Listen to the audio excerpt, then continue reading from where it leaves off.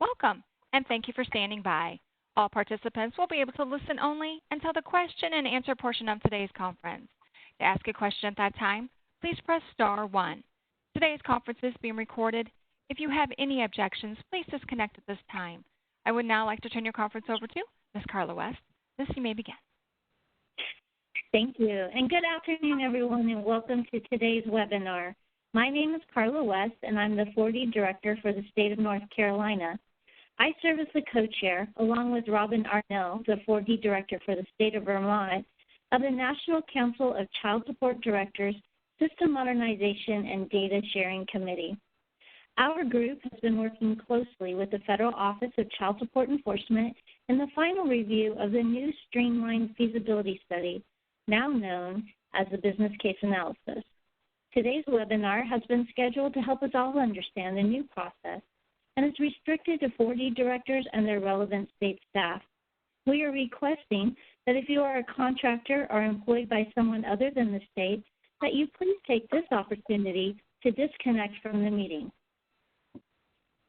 I would like to introduce today's speaker.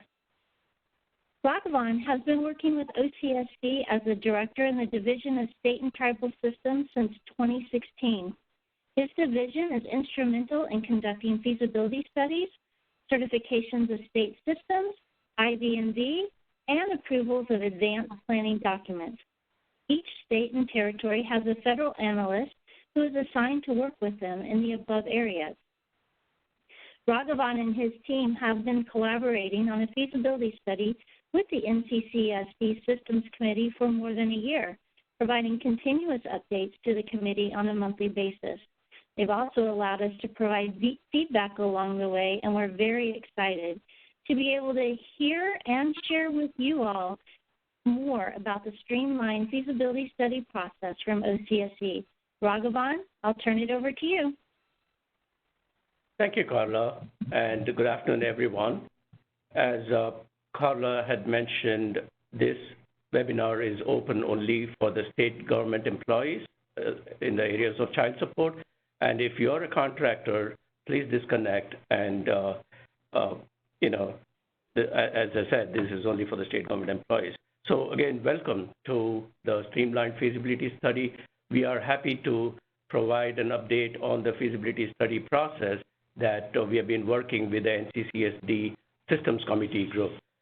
First, I want to thank NCCSD Systems Committee Group for giving us this opportunity and the platform to roll out the process of the new Streamlined Feasibility Study. I also want to have special thanks to the following people, and the list is very long. Carla West, North Carolina; Astra Kirksey Wilson, North Carolina; Erin Fresh, Michigan; Robin Arnold and Alexia Venefra from Vermont; Shannon Abernathy from South Dakota; Eileen Stack, New York; Troy Stur, Wisconsin; Jeff Aldridge, Ohio; Christy Aronson, Wyoming; Holly Hagen-Rice from Oklahoma; and our own contractor from OCSE, Cynthia Longes. Why I want to have a special thanks for these people is because they have already gone through this presentation once and have provided valuable feedback to us, and which has been incorporated into the revised document that we will be going through today.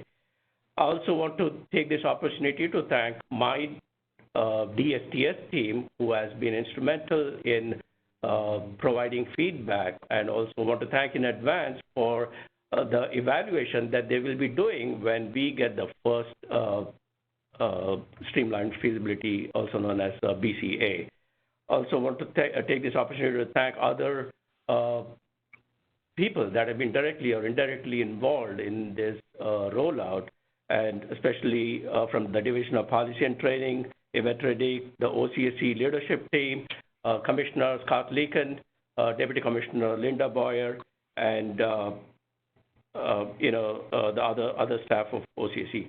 Finally, I want to also thank Aisha Gaskins and Michelle Butler, without whose support this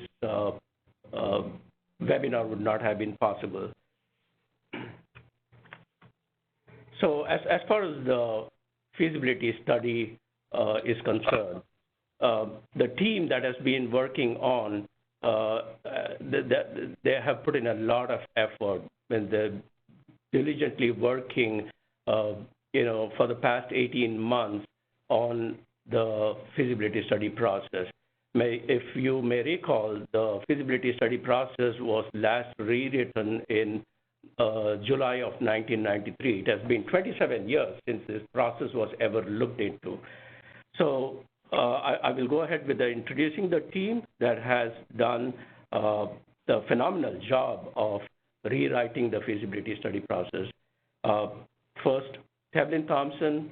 Tevlin is an IT specialist in the Division of State and Tribal System, and of the states that she handles, some of the states are going through the process of modernization. She handles New York, Nebraska, Puerto Rico, Missouri, Guam, North Carolina, Texas, and Wyoming. The good thing about Tevlin is she was never tired of scheduling meetings after meetings for this whole feasibility study. Without her persistent approach, I don't think we would be here today, because she has been focused on the timeline of rolling out this feasibility study process, in addition to contributing to the process itself. Next in line is Gregory Jordan. Greg is also an IT specialist. Greg has been with OCSE for about 33 years and 20 years in our division, and has been handling states like Indiana, Oklahoma, Connecticut, Virginia, Maryland, Maine, Rhode Island, and West Virginia.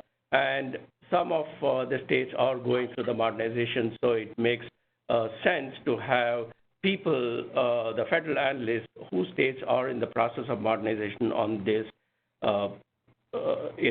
joint effort. The thing about Greg is he never sleeps. And when I say that, why I say that is because I get emails from him at 11:50 p.m. and it says, "Oh, did you guys consider this about the feasibility study process?" And I take a look at the email and I don't have the time to respond at 11:50 p.m. And the reason why I say this is because we have put in a lot of work into this whole effort. So the next in line is Danny Hutchinson.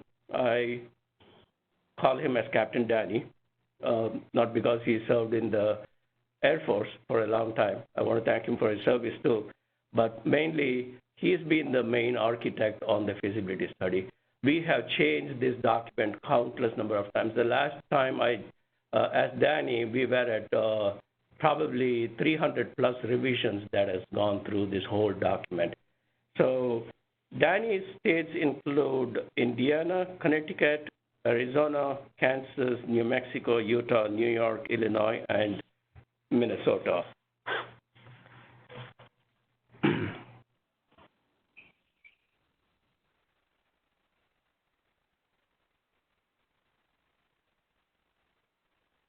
So before we begin, I would like to take a few moments to go into the basics of why we took this initiative. But looking back, I think it's an incredible journey it has been so far. What started out as a small comment by our commissioner in 2018 that we need to make revisions to the feasibility study led me to be inducted into the NCCSD Systems Committee meetings that used to happen bi-weekly every Friday. And thereby this was a survey that was conducted to all the 4D directors about the pain points regarding the feasibility study, which then led us to the State System Symposium, where in February of 2019, we had a half-day session dedicated just to the feasibility study. If you recall, the 1993 feasibility study is tedious, time-consuming, with many redundant processes, and very expensive to conduct a feasibility study. The states spend about $2 million to $5 million, and the whole feasibility study takes about 2 to 3 years. And in many cases, it has gone more than 5 years too. So in an effort to streamline the process, we heard your comments from the survey and the State System Symposium. The end result of this is the Streamlined Feasibility Study, which you are going to hear from us in a short while. We are temporarily calling this as the business case analysis, but the name may change based on some internal discussions we are going to have next week, and the name may change to something like Streamlined Feasibility Study or FS 2.0. That is to be determined, and we'll get back on that shortly. I want to mention and take this as a disclaimer that the Streamlined Feasibility Study has not changed any regulations, policies, IMs, action transmittals, or any APD submissions. The only change that has happened is the feasibility study process. And in the whole process, what we have done is we have reduced the documentation requirements. I know some people are going to be really, really happy about the reduced documentation, because if you go to see the old feasibility study process, states is to submit 800 to 900 pages of documentation, which OCSE diligently had to go through it and provide feedback, and the whole effort was taking about 3 to 6 months for the review process. And then I also want to thank once again NCCSD Systems Committee meeting and the smaller audience of state personnel that took the time to review the documentation. And you'll see in our slides that most of your comments that you had given us has been incorporated into this. So without further ado, we'll be going into the actual presentation, and I will turn it over to Danny Hutchinson. Thank you, Raghavan. As Raghavan mentioned, we're going to briefly touch on the 1993 feasibility study guide, provide background history. We're going to look into some of the modernization considerations the states have, whether the states are still on mainframe or even if states have already migrated into the SOA environment and are looking to technology refactor, et cetera. We're going to look at this modernization decision point processes that the state goes through in order to determine their path forward towards improving their system. We're going to cover the high level of the pool of modernization candidates. Now this can vary, as you will see. Then we're going to dive into the alternatives of replatform or refactor system, which we had discussed. This is repeat information, just to re-baseline everybody in the audience. This is repeat provided in February of 2019.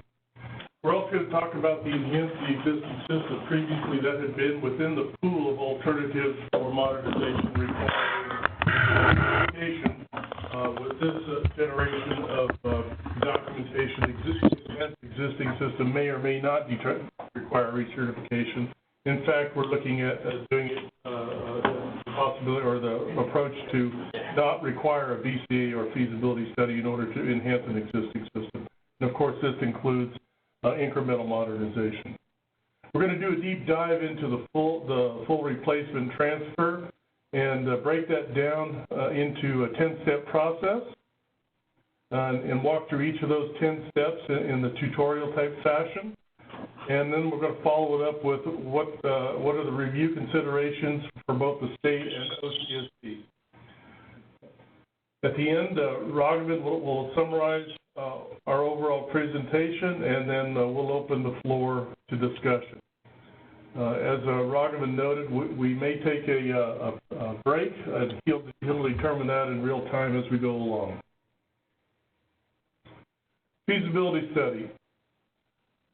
Originally prepared and released in 1993, and the subsequent action transmittal 0603 was released in 2003 regarding the more diligent detail of requirements, etc. And of course, this results in a very complex, rigorous, lengthy preparation effort to justify the state's child support enforcement system, modernization approach, and preferred alternatives. So it's very complex, lengthy, and detailed. At the time the guide was prepared in '93, web technologies were at their nascent stages and continued through the '90s. Replatforming, refactoring, and cost alternatives were not available. Demonstrating transfer alternatives for states that had already received or certification for the system required extensive effort to plan and coordinate, and typically required travel to and both off-site and on-site meetings at each state, depending upon the particular transfers being considered. As Raghavan noted, it took an enormous amount of time, typically 2 to 5 years, to prepare and complete an entire feasibility study.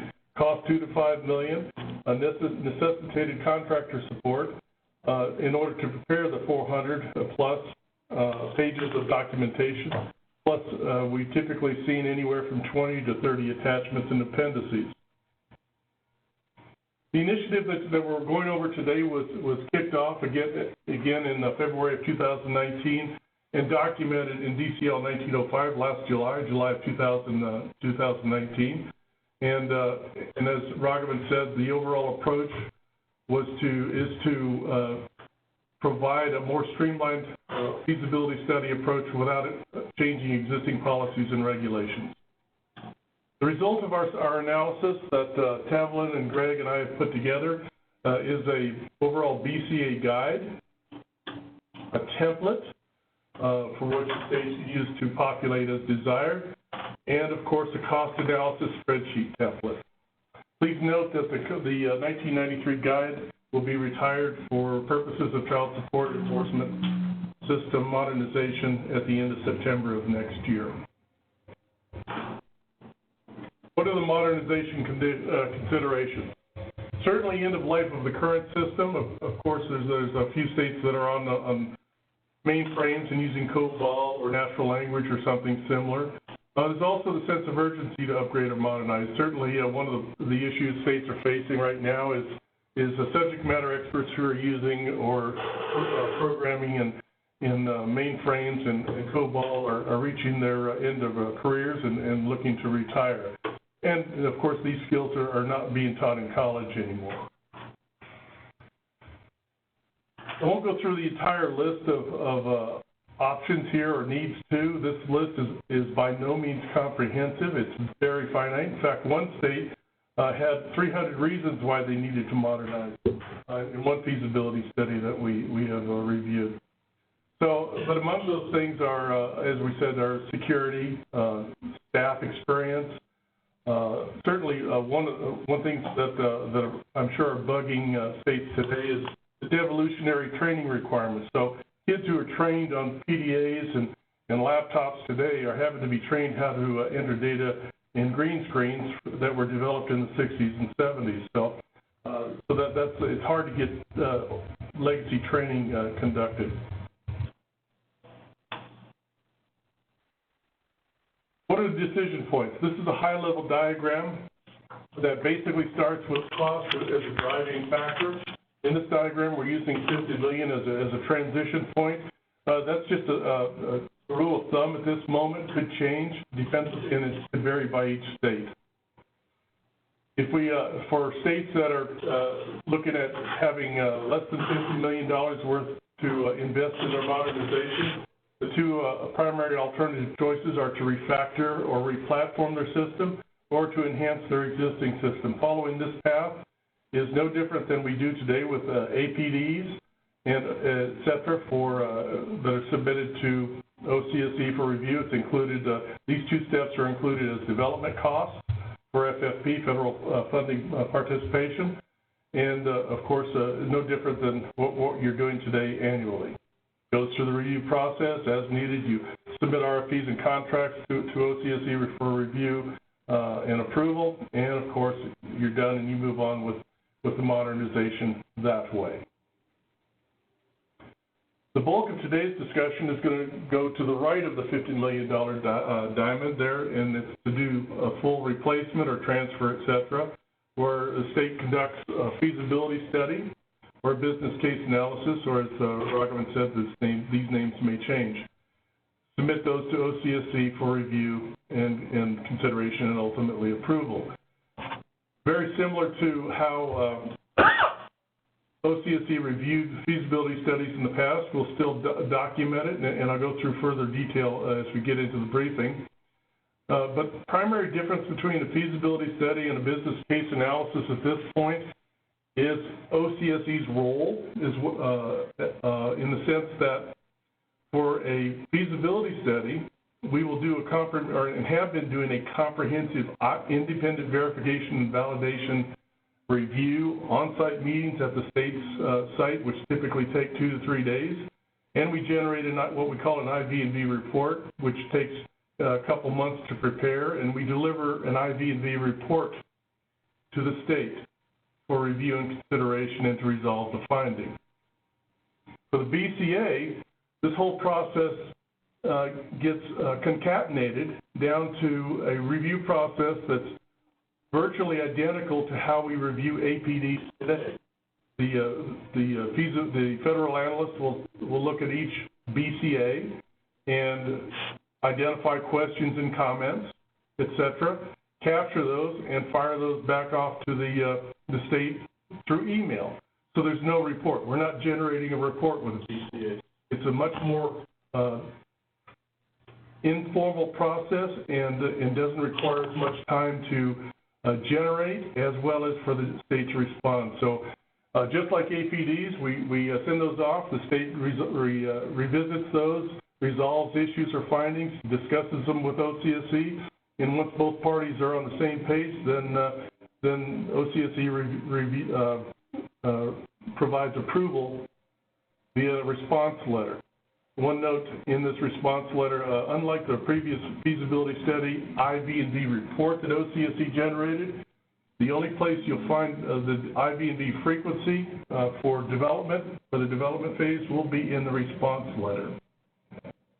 Following approval of the BCA or feasibility study, then the state prepares its IAPD and submits it to OCSE for review and approval. So the IAPD has not changed at all. What are the pool of modernization candidates? In February 19, we had a list that did not include a replatform, it certainly in 93 did not include replatform and refactoring. However, we did identify replatform and refactoring in 2019 in the February State Symposium. We also identified an enhanced existing system. At that time, it did not include incremental modernization. There was a separate line, a separate candidate under the overall larger pool of candidates which do require recertification for enhancing an existing system. We have subsequently collapsed that down to just a pool or candidate where the state does not or may not require a certification. It'll depend upon the amount of change the state does, and please see your federal analyst for determination of whether or not a recertification or compliance review is needed in that case. For all the rest of the feasibility study pool of candidates that we identified in February of 19, new development, COTS or GOTS, transfer candidates, hybrid, multi-state consortium, or an enterprise system framework, those will require a recertification or a compliance review. Is this the overall complete list of candidates? No. We recognize states may identify other candidates, and certainly the transfer candidates are going to vary from year to year depending upon the state's priorities and constraints. Let's dive into the replatform refactor system approach briefly.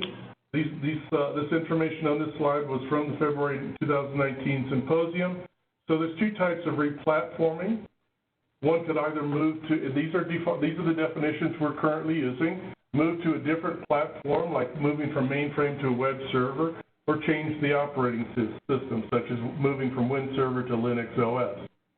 Second type of replatforming is migrating the current application software and or database and data into a new environment, such as a physical to virtual migration or migrating from your data center into a cloud environment off-site.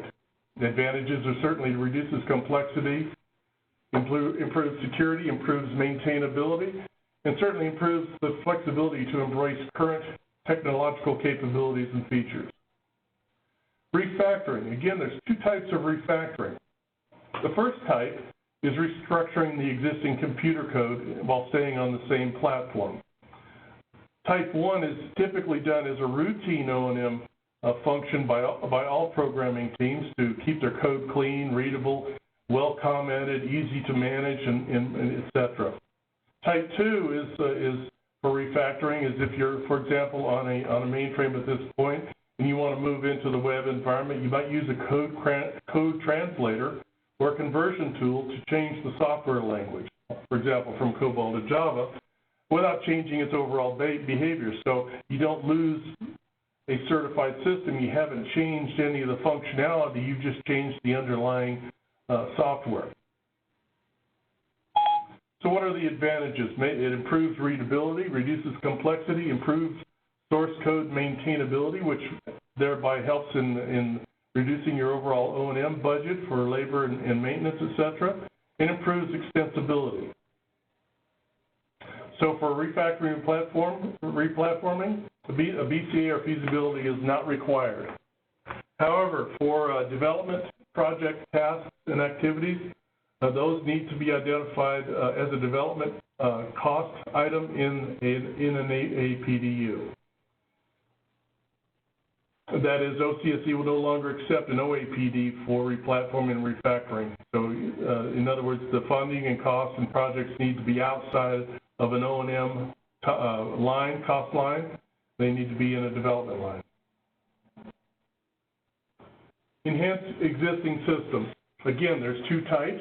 There's minor changes, which are routine application, security, infrastructure, and underlying open source software patches. We all know about what our folks do maintenance, scheduled maintenance outages periodically to upgrade and fix and patch the software. It might be including adding metadata fields to a display, or adding or modifying a report, or adding or changing a GUI, a graphical user interface. It also includes routine refactoring, which is defined as type 1 on the previous slide. Bottom line is there's no impact to functionality or architecture. This type of change is totally transparent to the user, caseworkers, etc. Type 2 are significant upgrades that include significant application security, infrastructure, or underlying open source software upgrades. Might include a technology insertion, such as I want to use a vendor-based tax calculating module, and I want to develop the web service, so they're open source web services that'll interface with a vendor-based component, such as a tax calculating component.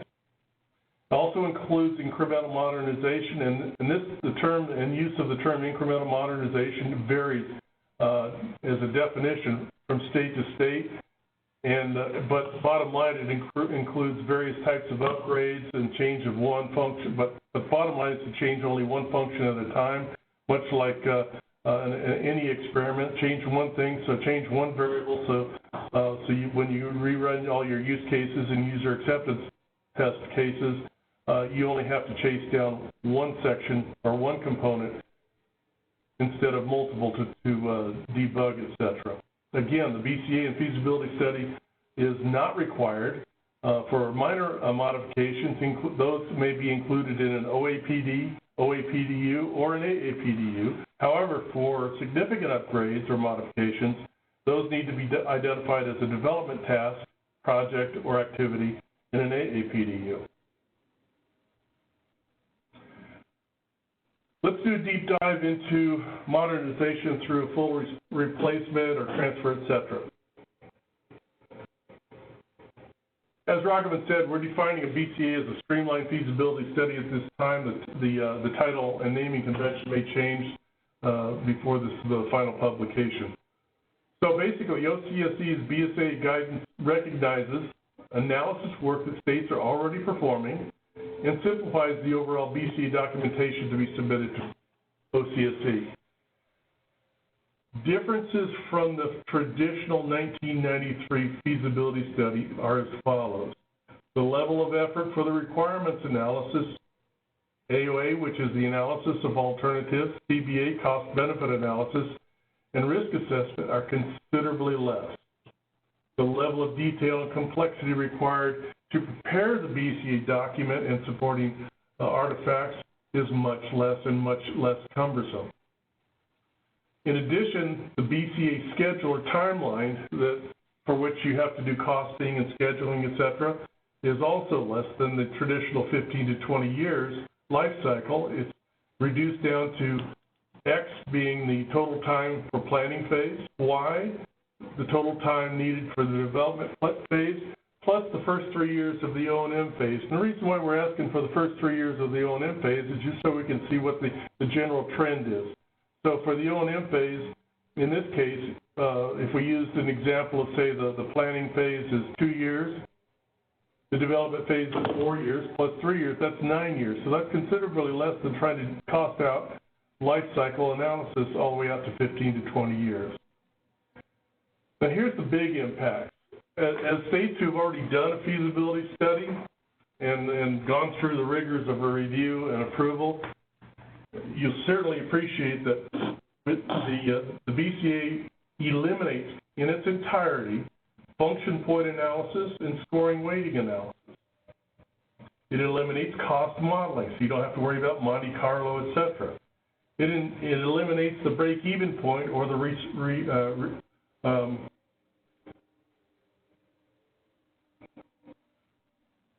in other analyses, et cetera, so the return on investment. So you don't have to worry about the return on investment calculations.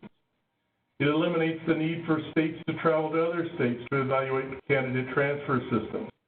Now, a caveat to that is we're certainly not going to require states not to travel. So if a state wants to travel and consider and do on-site meetings at another state, it's entirely up to you. It's your business. It's your approach. And as we said in the very opening, it eliminates the OCSE's feasibility study IV&V report, which is independent verification and validation, and it also eliminates the requirement for OCSE to travel to a state to do an IV&V assessment meeting. Some of those typically take 2 to 3 days. It simplifies preparation. Potentially, because of the type of information that we're going to go through here in the BCA checklist, it's possible that state personnel can conduct and prepare BCA documentation supporting artifacts without vendor support or contractor support. Again, that's your decision, and et cetera. Overall review time, as Rogman stated during the symposium in February of 2019, we say that although the regulations allows for OCSE to do a 60-day review or et cetera, the BCA approach may enable OCSE to complete an expeditious review in as little as 2 to 3 weeks. So the caveat if all of the information is available and the state follows the template that we provide and populates it with the appropriate information.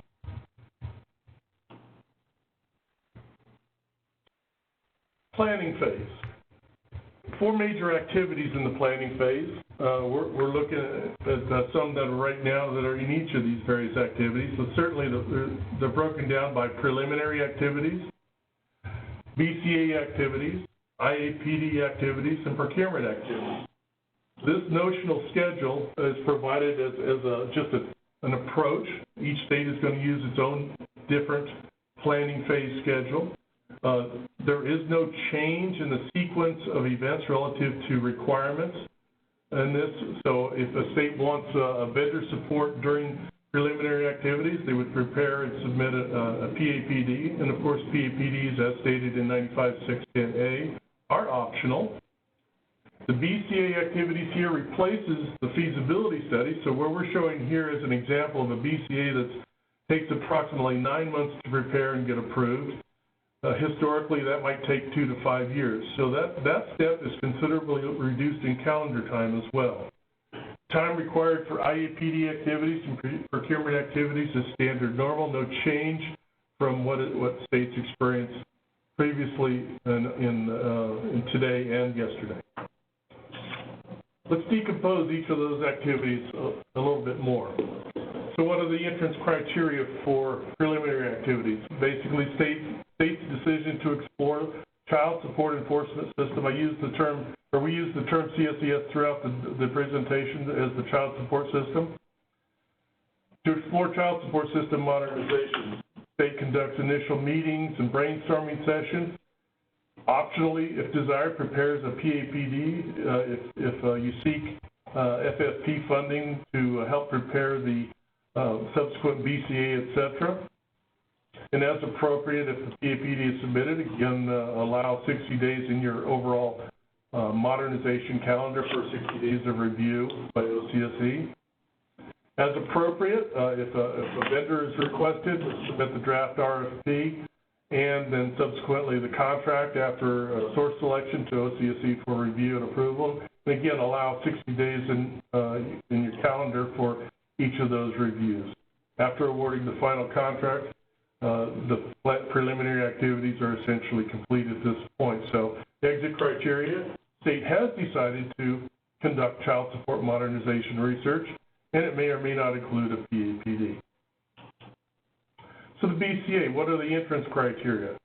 Entrance criteria is the state has decided to conduct child support modernization research. So we're still in the research stage at this point. And as we noted previously, this does not require or is not required by replatforming, refactoring, or enhance existing systems. State prepares the BCA with supporting cost spreadsheets and related artifacts, then submits that package to OCSE for review. Again, factor in 60 days into your Microsoft calendar for that review. And of course, and then following during the review of that process, OCSE determines the IB&B frequency it will expect of the state for IB&B services throughout the development phase. Exit criteria. So after the BCA has been reviewed and approved, you will receive a response letter. So the state's modernization BCA or feasibility study is approved by OCSE. Again, this step is no different than previously done for feasibility studies. It's just that the overall timeline can be as little as 9 months as shown in the previous notional schedule example, as opposed to 2 to 5 years. Next step is the implementation IAPD, which is 95610B. There are no changes to this. This is the same process that has always been required. There are done correctly or done completely and accurately. Some aspects or some parts of the BCA can be copied and pasted into the IAPD. So that was one of our side thoughts as we were preparing the BCA to help shorten the timeline necessary to create an IAPD. But the IAPD also has several other requirements that have to be incorporated that are not part of a BCA. So the state's modernization, so entrance criteria for an IAPD is the BCA or feasibility study has been approved by OCSE.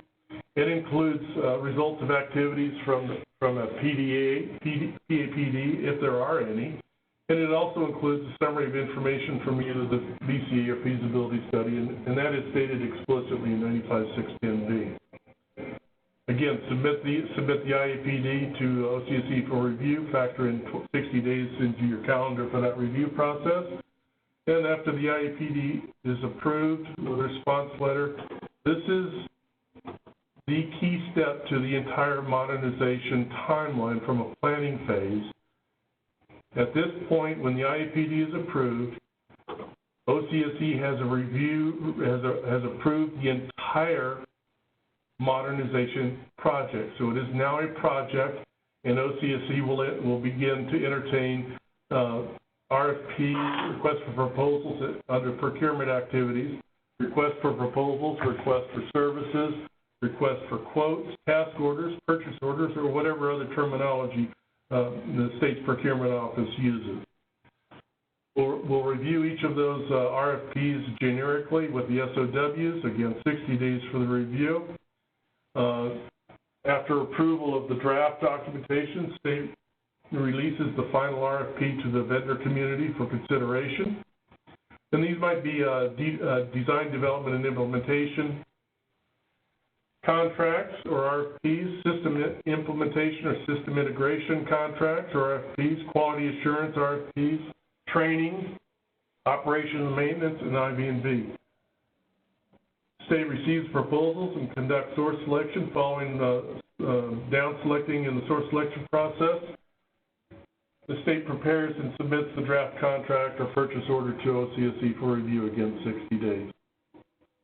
At the completion, depending upon each state's individual approach and how much vendor support you are looking for during the development phase, will determine how many different RFPs and how many review cycles that you're looking for. So for a state that's looking for a DDI vendor, a QA vendor, a training vendor, an IV&V vendor, that's basically 8 reviews, 2 for each, 1 for the RFP and 1 for the draft contract that OCSE needs to do. So after all of these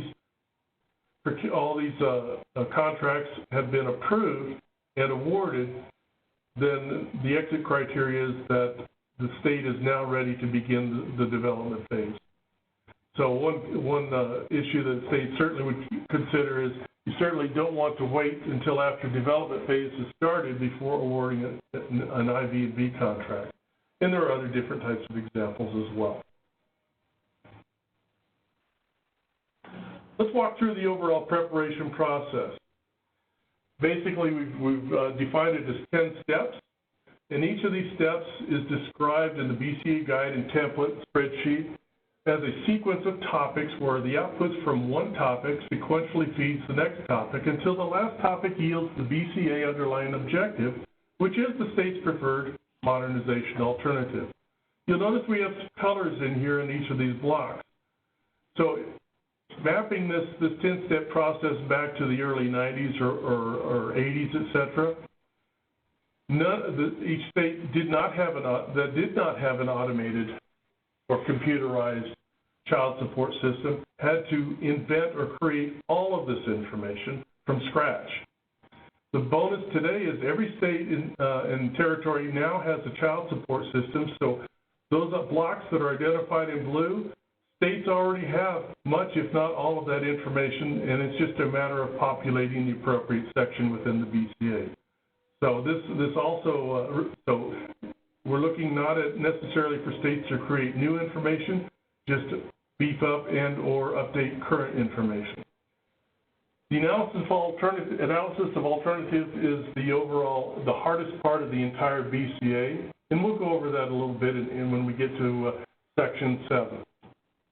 It is the pivot point for preparing the entire BCA and includes the AOA methodology, the state identifying the pool of alternatives that it's considering for analysis, and it also includes the down select to the 1 or 2 alternatives plus the status quo that will be used in costing in Chapter 8. Following down selecting, conduct a cost-benefit analysis, and as you'll see, that is considerably reduced in level of effort and complexity. We'll go over that. And then, of course, a very brief and efficient risk assessment. And finally, summarize into Chapter 10 your preferred alternative. So let's go through each of these. Let's do a deep dive into each section. Before we get into each section, let's talk briefly about the executive summary. The template and guide do request an executive summary. Typically, these are prepared after all 10 sections have been written and completed. It summarizes key points from those 10 sections. For example, what the modernization project is about, organization's missions, goals, and objectives, as well as the overall alternative that the state has preferred or chosen. No new or unsupported information or data should be included in the executive summary, but of course include a statement towards the end wherever you wish that readers who desire additional detail of information, data, and descriptions, that it may be found in the body of the BCA. The text in blue on this particular slide shows an estimated page count for the executive summary of 1 to 5 pages. At the state's request, one of the lessons learned that Raghavan was referring to, states asked for a template on preparing a document so it could help with efficient preparation. Throughout this BCA template, each section or subsection or even paragraph includes language like this estimated page count. It might be 1 to 5 pages, it might be 1 page, it might be 1 paragraph, etc. Adding all of those together is how we came up with the estimated overall page count for a BCA to be about 50 to 100 pages.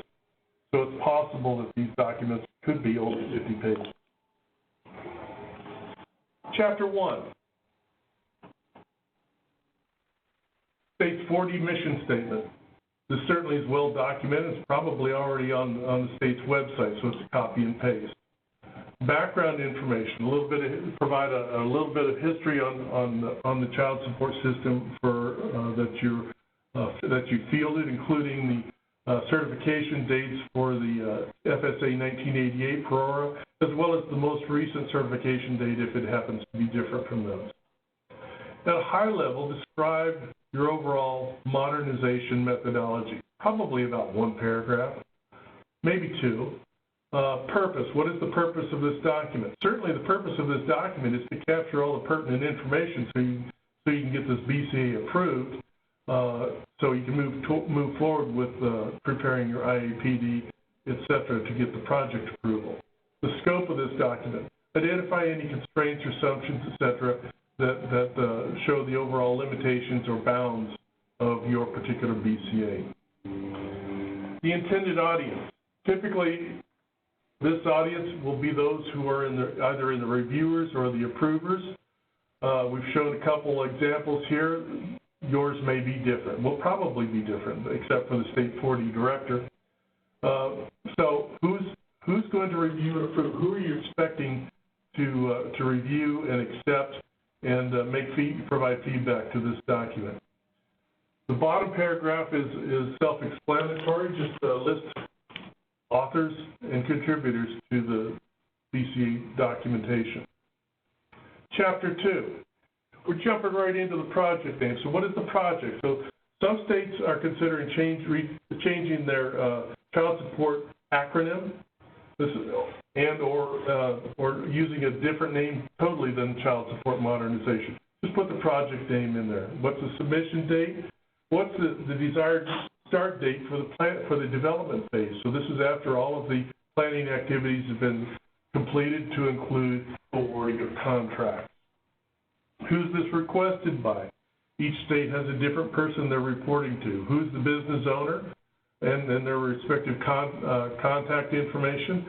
And also, now that we have a project, provide who's the project, or do you have a project charter? Has it been approved by whom in the state, and what is the date on it? Programmatic information. So this is high-level hierarchical information reporting structure for relationships relative to this particular project. State organizational relationships. Typically, this is an org chart or org charts, and at this stage, the org chart is the hierarchical relationships between the Child Support Services Office and other pertinent state offices. So it's sideways and upward in structure. Just key blocks, key names, roles, responsibilities, etc., and whether or not folks are government or contractor. Show the relationship between the IB&B vendor and the state's reporting structure. So the IB&B independent verification and validation vendor we're referring to here is going to be outside of the 4D director's chain of command. And probably it will have a dashed line between the IB&B vendor or the respective government office and the 4D director's office.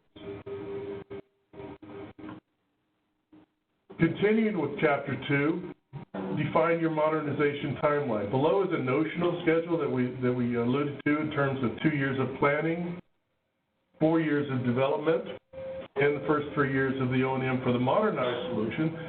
But as everyone knows, while you're modernizing, you still have to do care and feeding for the existing system. So the ongoing status quo O&M and enhancement phase is also included as the bottom green line.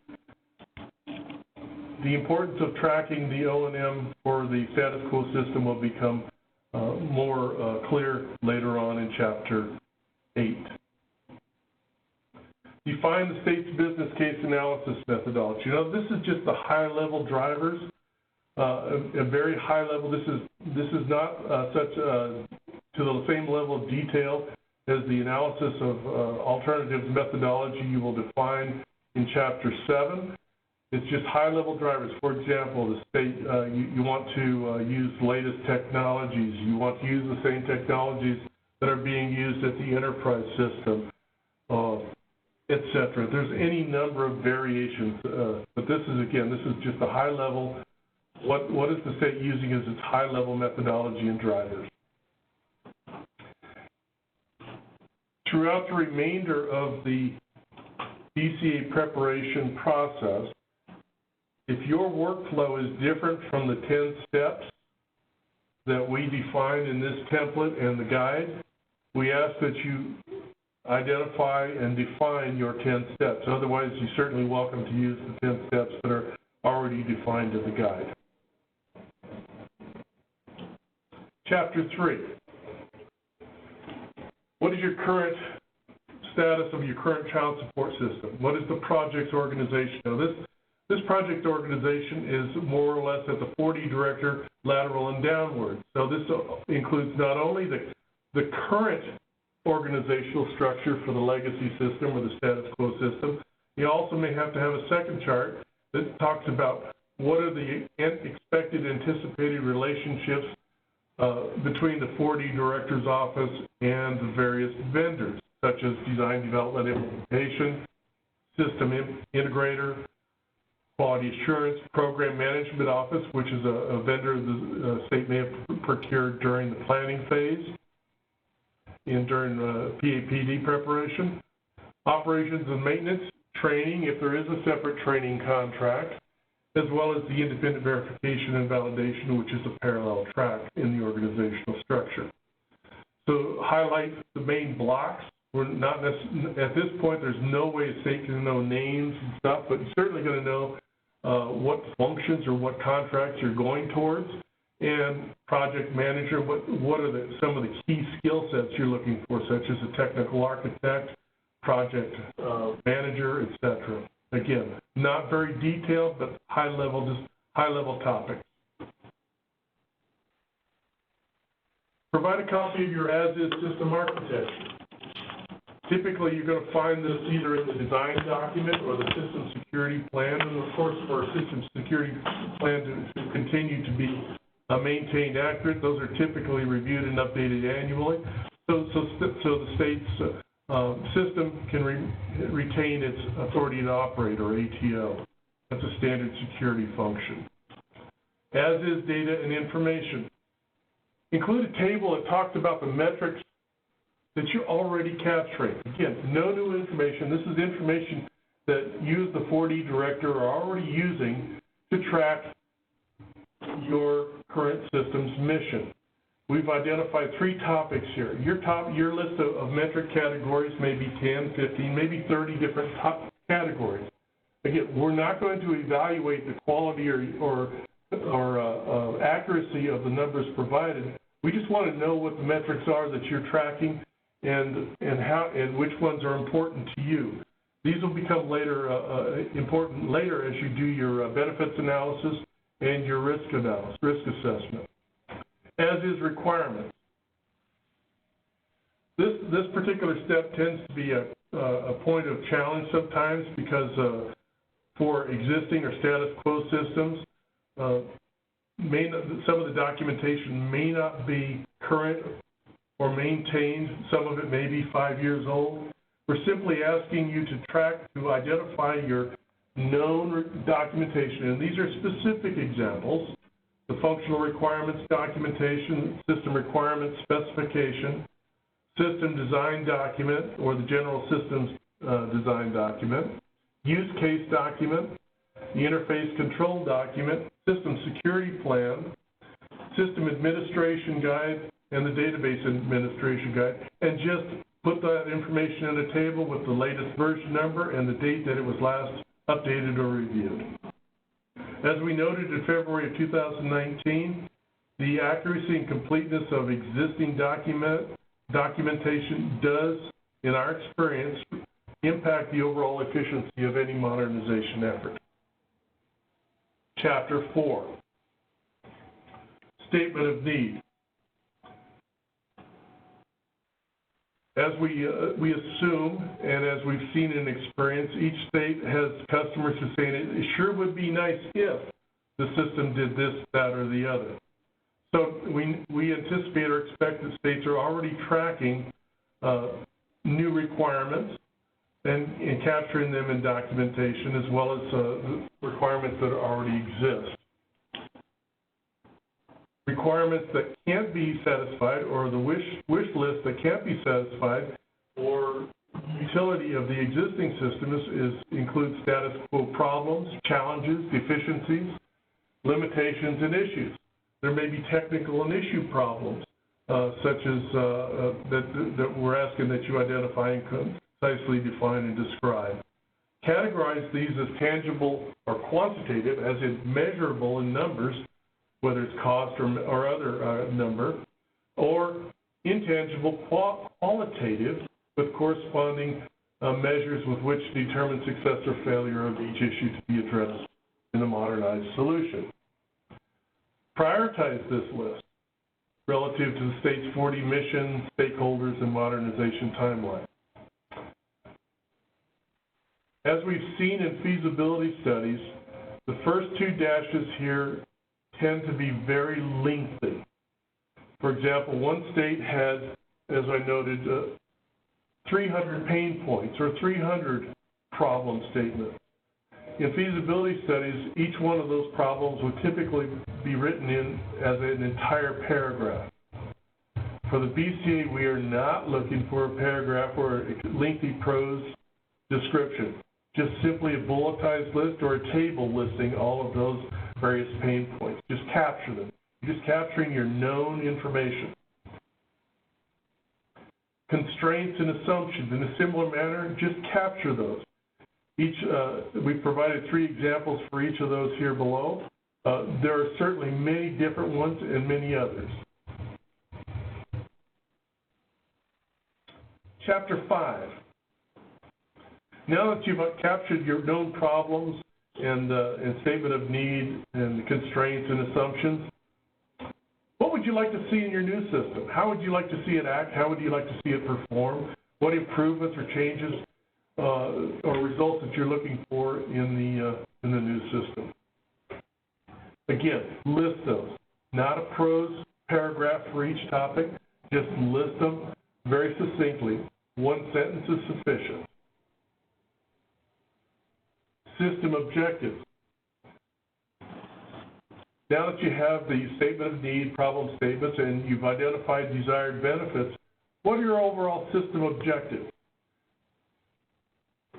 Some states have seen as many as 30 different objectives.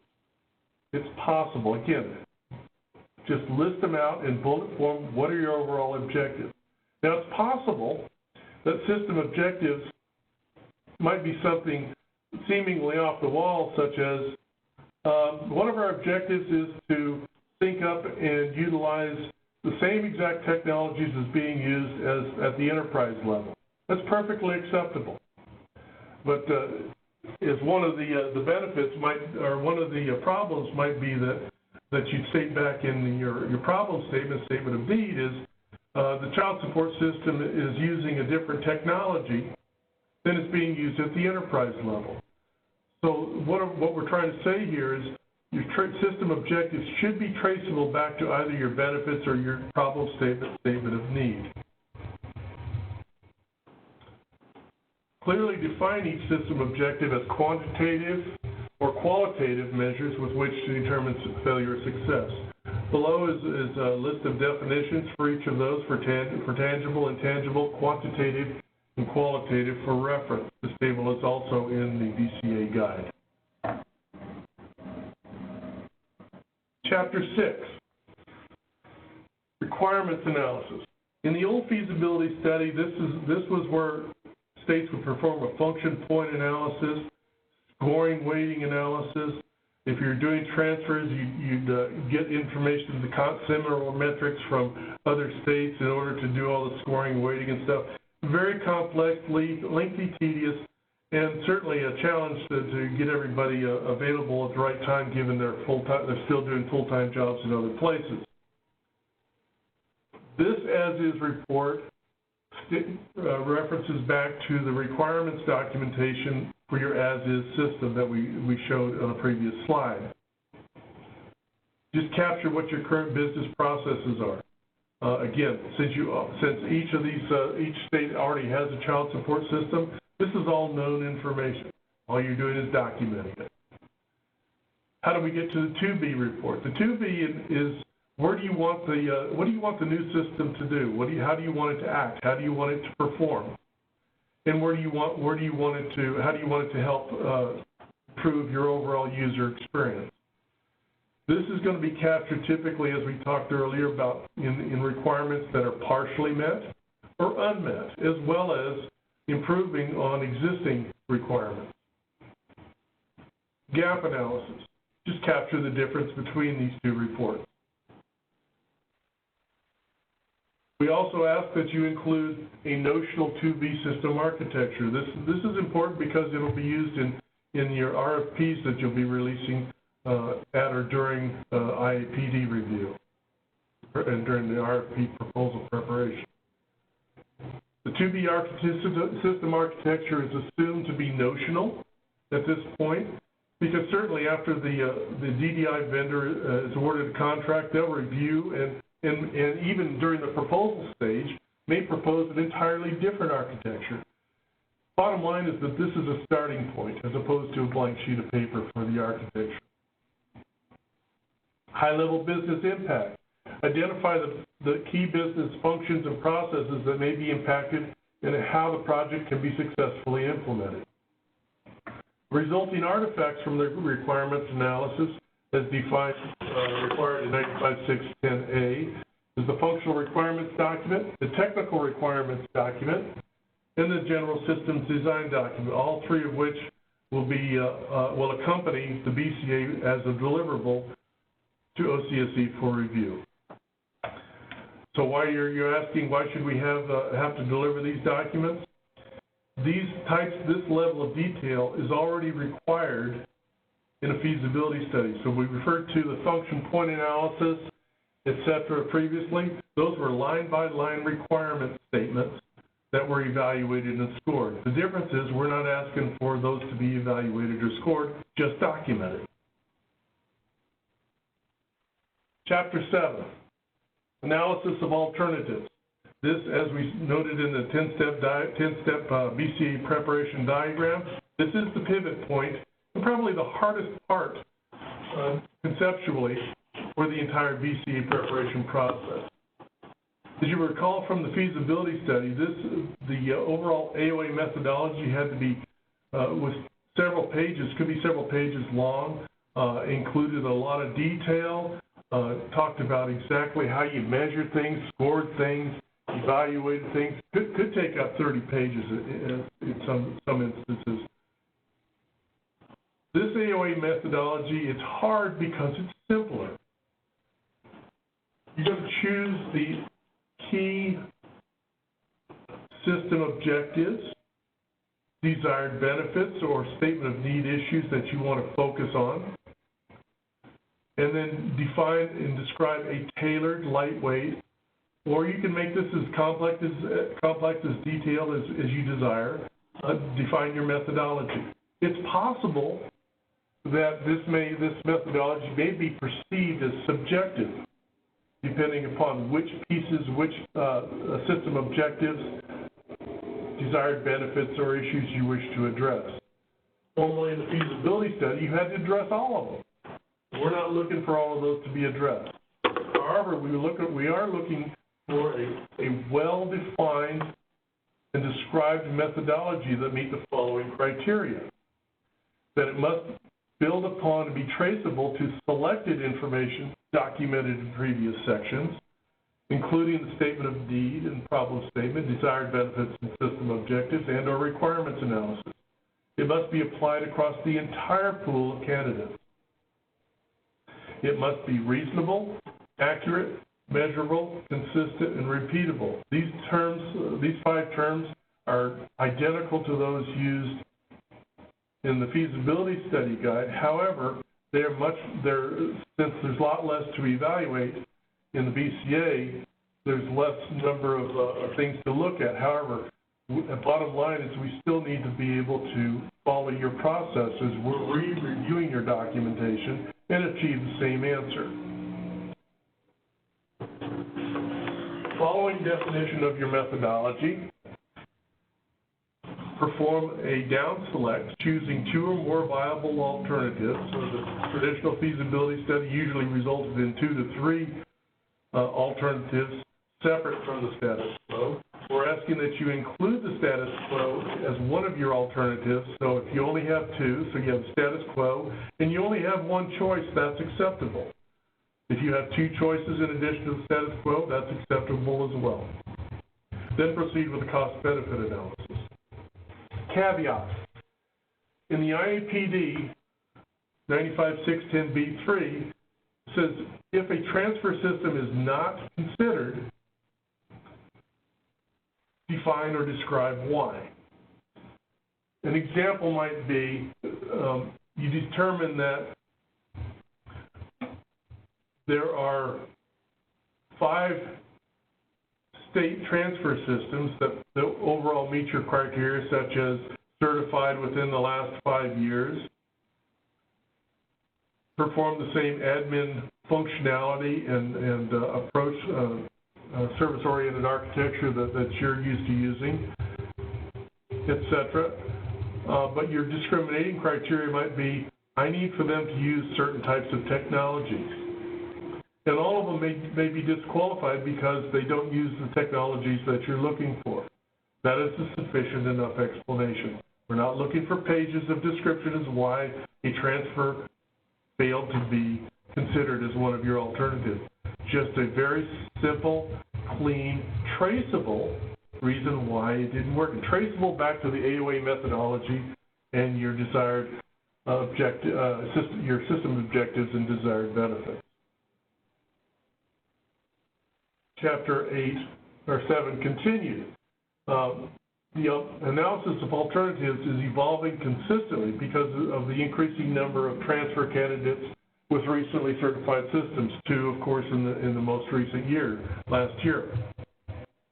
Additional transfer candidates will continue to become available in the future following the completion of each new system. So as you modernize, your system becomes a transfer system candidate in the future.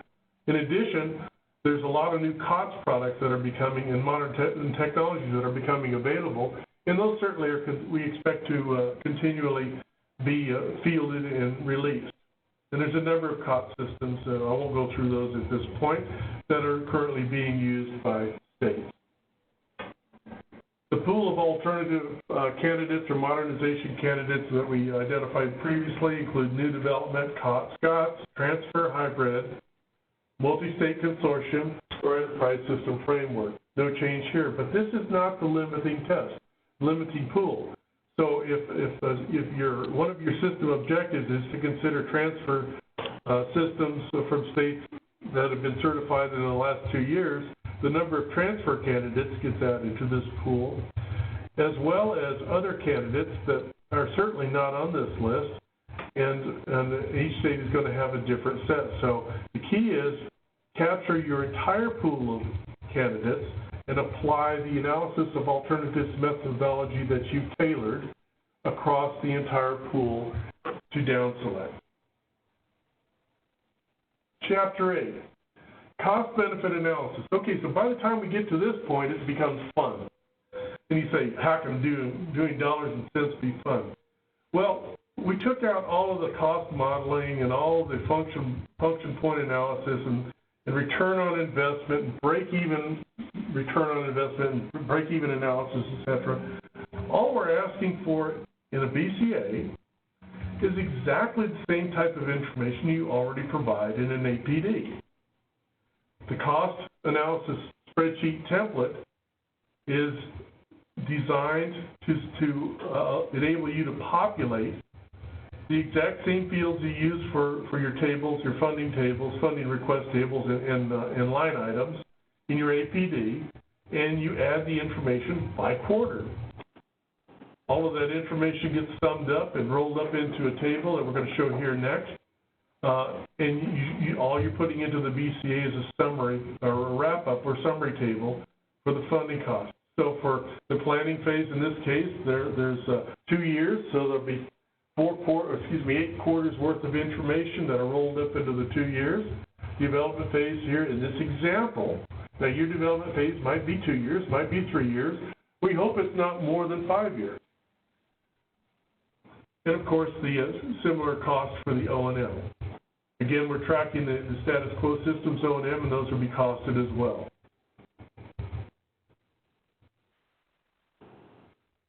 Chapter 8 continued. So we also recommend that you include a table that describes by date, and this might be a Microsoft project schedule, that's your call, what the date, start and end date for the preliminary activity, all the planning type of activities, of which there's 4 types: preliminary, BCA, IAPD, and procurement.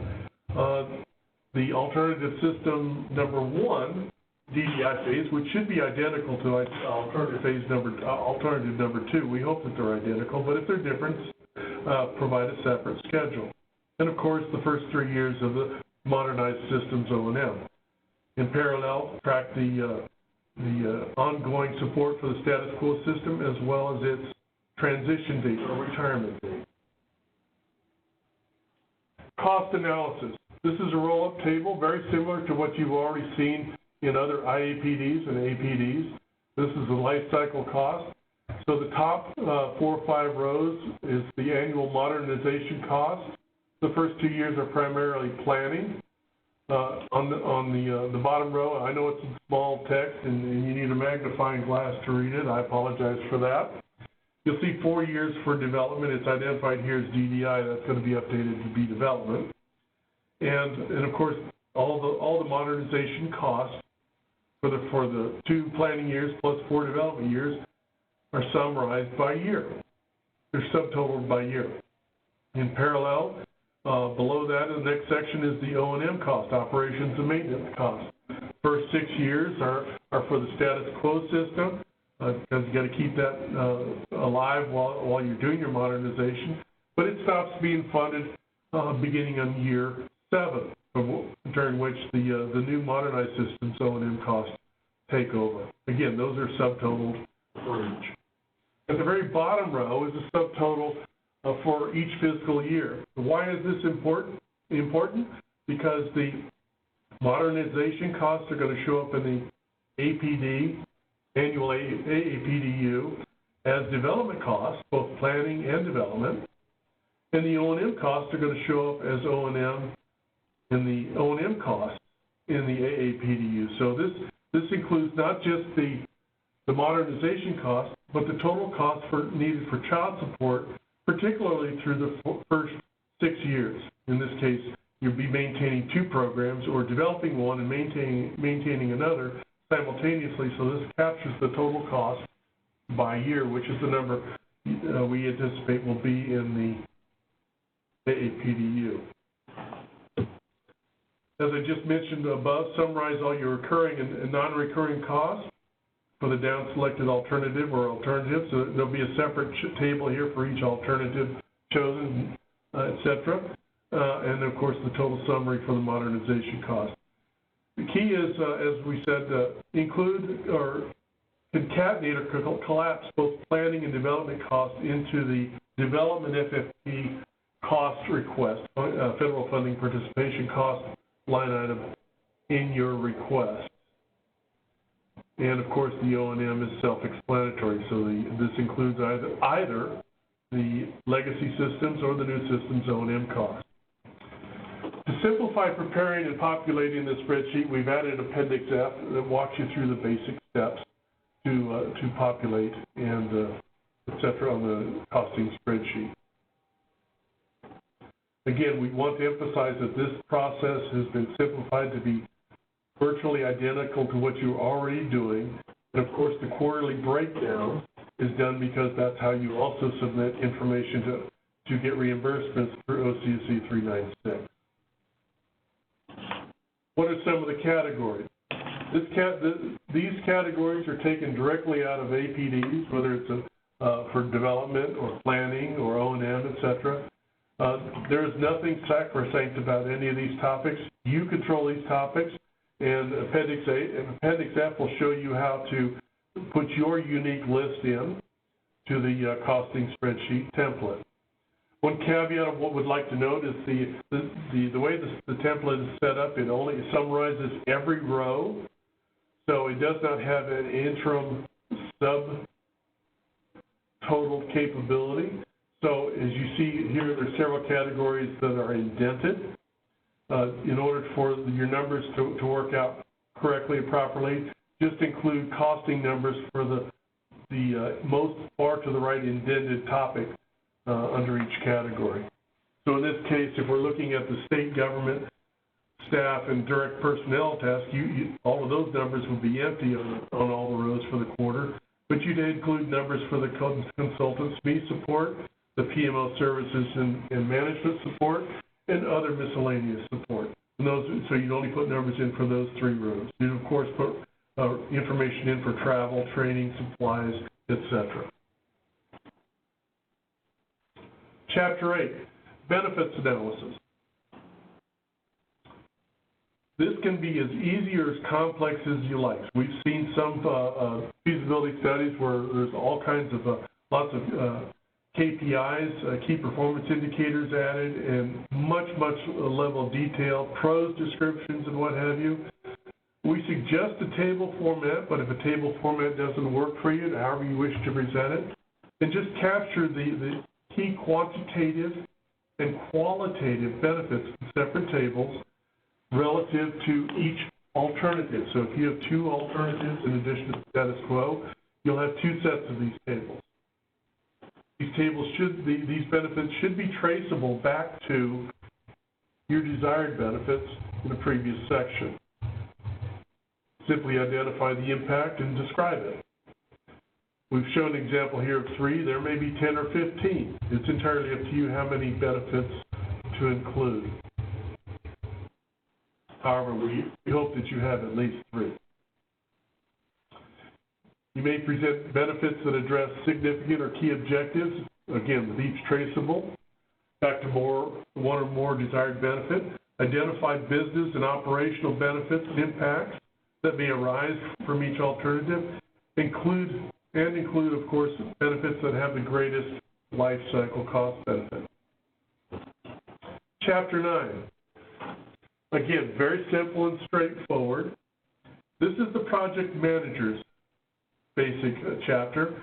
So if I choose alternative 1, what are the risks that I know today that I would possibly anticipate choosing alternative 1 for development? So during development, right before I even started, these are my programmatic risks. Identify those. Now, many of these may have a probability of very low, but still document them. This becomes the foundation also for your risk management plan. That's further required later. So again, capture the key risks, the key project list if you choose to move forward with alternative 1. Similarly, do another table for alternative 2 if you have 2 alternatives. What are the programmatic risks should I decide to move forward with alternative 2? Chapter 10, the easiest of all the chapters. You've done all the hard work now. Just do a brief summary. First table is to summarize each alternative relative to key objectives and benefits and risks. And following that, rank those. If there's only one alternative in addition to the status quo, this is a very simple table. The alternative 1 wins. But that said, don't assume that we're going to assume that that's the one you chose. please at the end of this section explicitly write down and identify which alternative you chose. Those are the 10 steps to populating the BCA template. Now let's take a look at some of the review considerations after you've completed your BCA and you're ready to submit it to OCSE for review. As we discussed earlier, you'll be preparing, finalizing, and submitting the BCA document with supporting artifacts to OCSE. And those artifacts include cost analysis spreadsheets, of course, one spreadsheet for each alternative. So if there's 2 alternatives, we'll see 2 cost analysis spreadsheets, as well as any other attachments or appendices as needed. You determine what those are.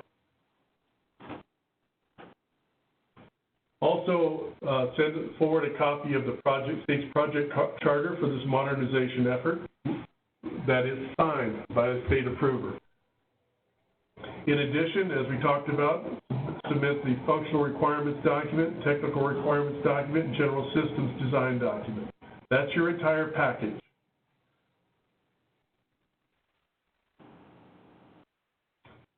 Review and approval process.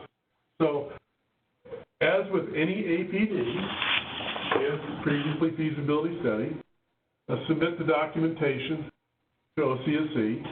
Again, allow 60 days in your calendar for review. OCSE will conduct its review in a manner very similar to what we do APDs today and forward our comments, findings, questions, etc.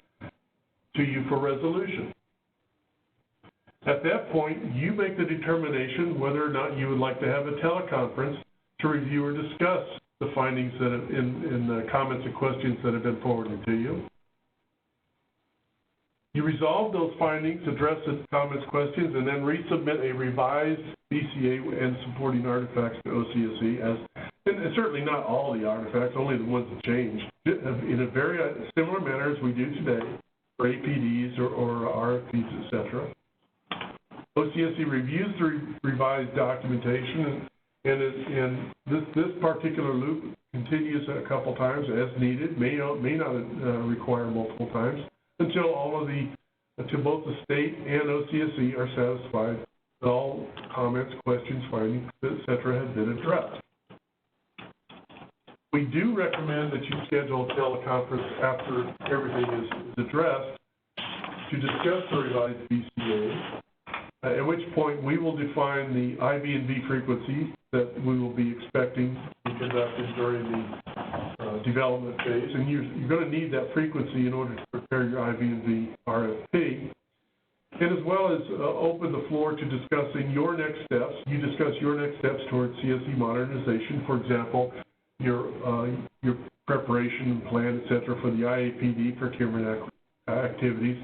And ACRIDS. Now, ACRIDS is a new acronym for most people. It's basically described as your assumptions, constraints, risks, issues, and dependencies. So this is a programmatic meeting as well as the overall revised BCA. At the very end, OCSE reviews or approves the BCA, provides a response letter, and as we noted previously, this letter will include the required IV&V frequency. Evaluation criteria. At a high level, we're going to ask, are all the artifacts provided with a signed and dated transmittal letter?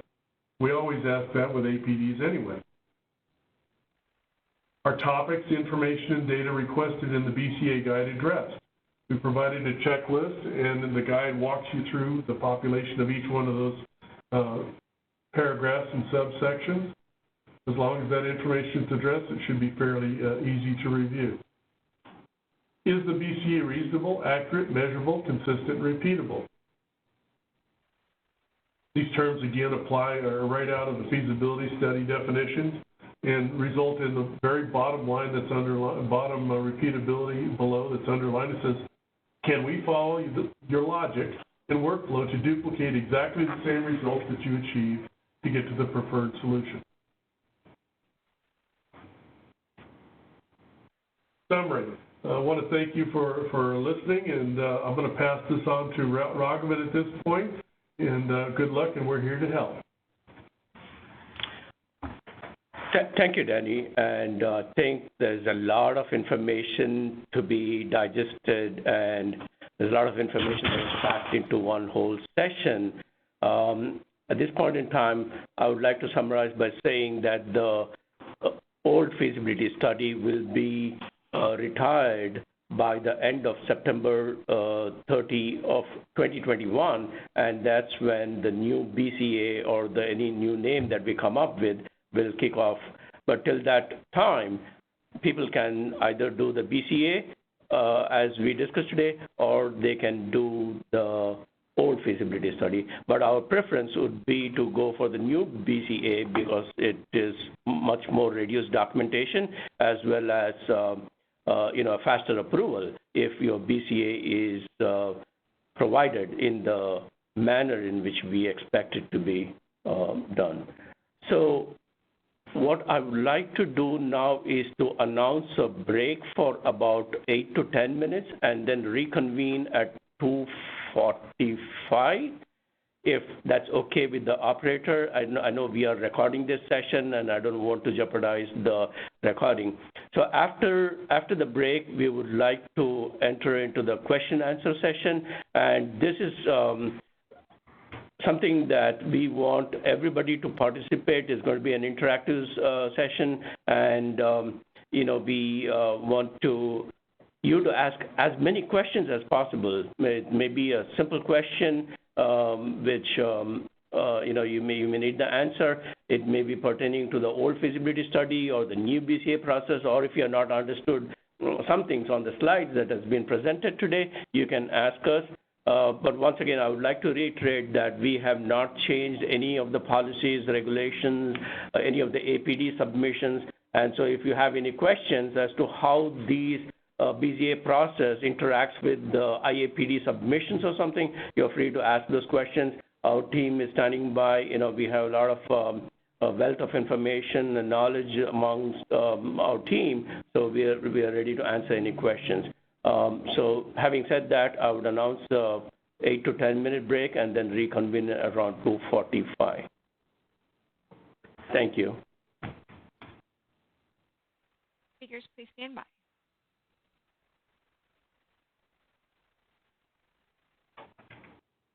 Just mute.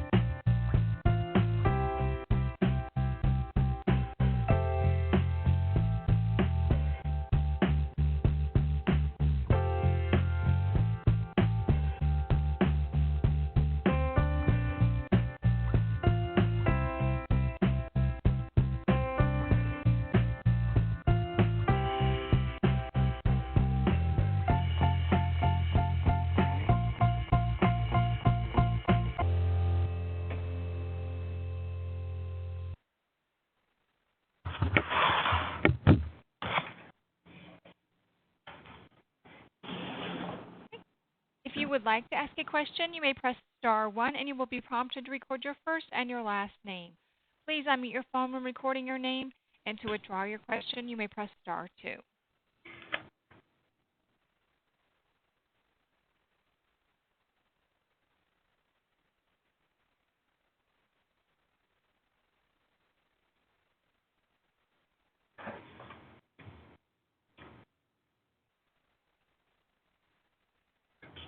So, Julie, are there any questions in the queue? I'm showing no questions at the moment. Okay, so if there are no questions in the queue, I would just like to briefly summarize what Danny had gone through. And I know it's a lot of information to digest in one packed session, but we are here to help you with any information you need. When you're asking questions, it'll be better if you can refer to the slide number and ask us the question. The additional information that I would like to provide, in addition to what Danny had walked through the slides, are all the processes that were discussed today in the BCA process. These are related exclusively to the child support. And if your state is contemplating on doing multi-operated integrated system along with CMS, FNS, TANF, and SNAP, and other agencies, the Children's Bureau, this process is not applicable. So this process is just, as we call it, is a single op-div, and is focused only for the child support. So if your process involves multi-op-div with other agencies, then that's a different process altogether. So the major changes, as what we discussed and seen in the slides presented, where the new process involves reduced documentation, and what it also provides is that more options have now become available. As Danny had mentioned in the slides, new transfer candidates have become available, and we are also seeing a lot of products on the cart side, the commercial off-the-shelf, which are now becoming available in the marketplace. Also, what we have seen is, like with the new process, the feasibility study process, we feel there is a tremendous potential for cost savings, because as we talked throughout in this presentation, you don't have to hire a vendor to do your BCA process. All the information and all the guides and templates that we are going to provide to you, you can plug and play the information based on the existing system or the existing organization information that you currently have. The other thing that I wanted also to reiterate and emphasize is that the replatforming and refactoring, we used to include this in the operational APD, in short as OAPD, but we no longer are going to take this as an OAPD, because all the refactoring and replatforming projects are going to be treated as development projects, and the states necessarily need to submit an AAPD. And that's a major change from the past. I think in one of the slides there was mention about traveling to other states. We are not going to prohibit travel for the state personnel to go to other states to see other state systems, but you are free to go. But that clarification is what I wanted to provide. And many of the documentation that you write for the BCA can be plugged into your IAPD. So we made the process so seamless that whatever you're doing for the BCA, we want you to include that into your IAPD. It's a precursor to the IAPD, but a lot of information is already available to you when you submit your IAPD. With that having said, I would like to see if there are any questions. Yes, thank you. I want to give a reminder, please, if you would like to ask a question, please press star 1. At this time, I am showing no questions. Okay. So I did get some questions from the, from my team that other states have sent it by email. I think prior to the call or during the call. So one of the things that people have asked is, and I don't know which state has asked these questions, what are the qualitative and quantitative advantages for modernization? Could you please describe what quantitative metrics are and what qualitative factors that you are looking into when submitting the BCA? So I think it's an open question. Anybody can answer. So one of the things that immediately come to my mind about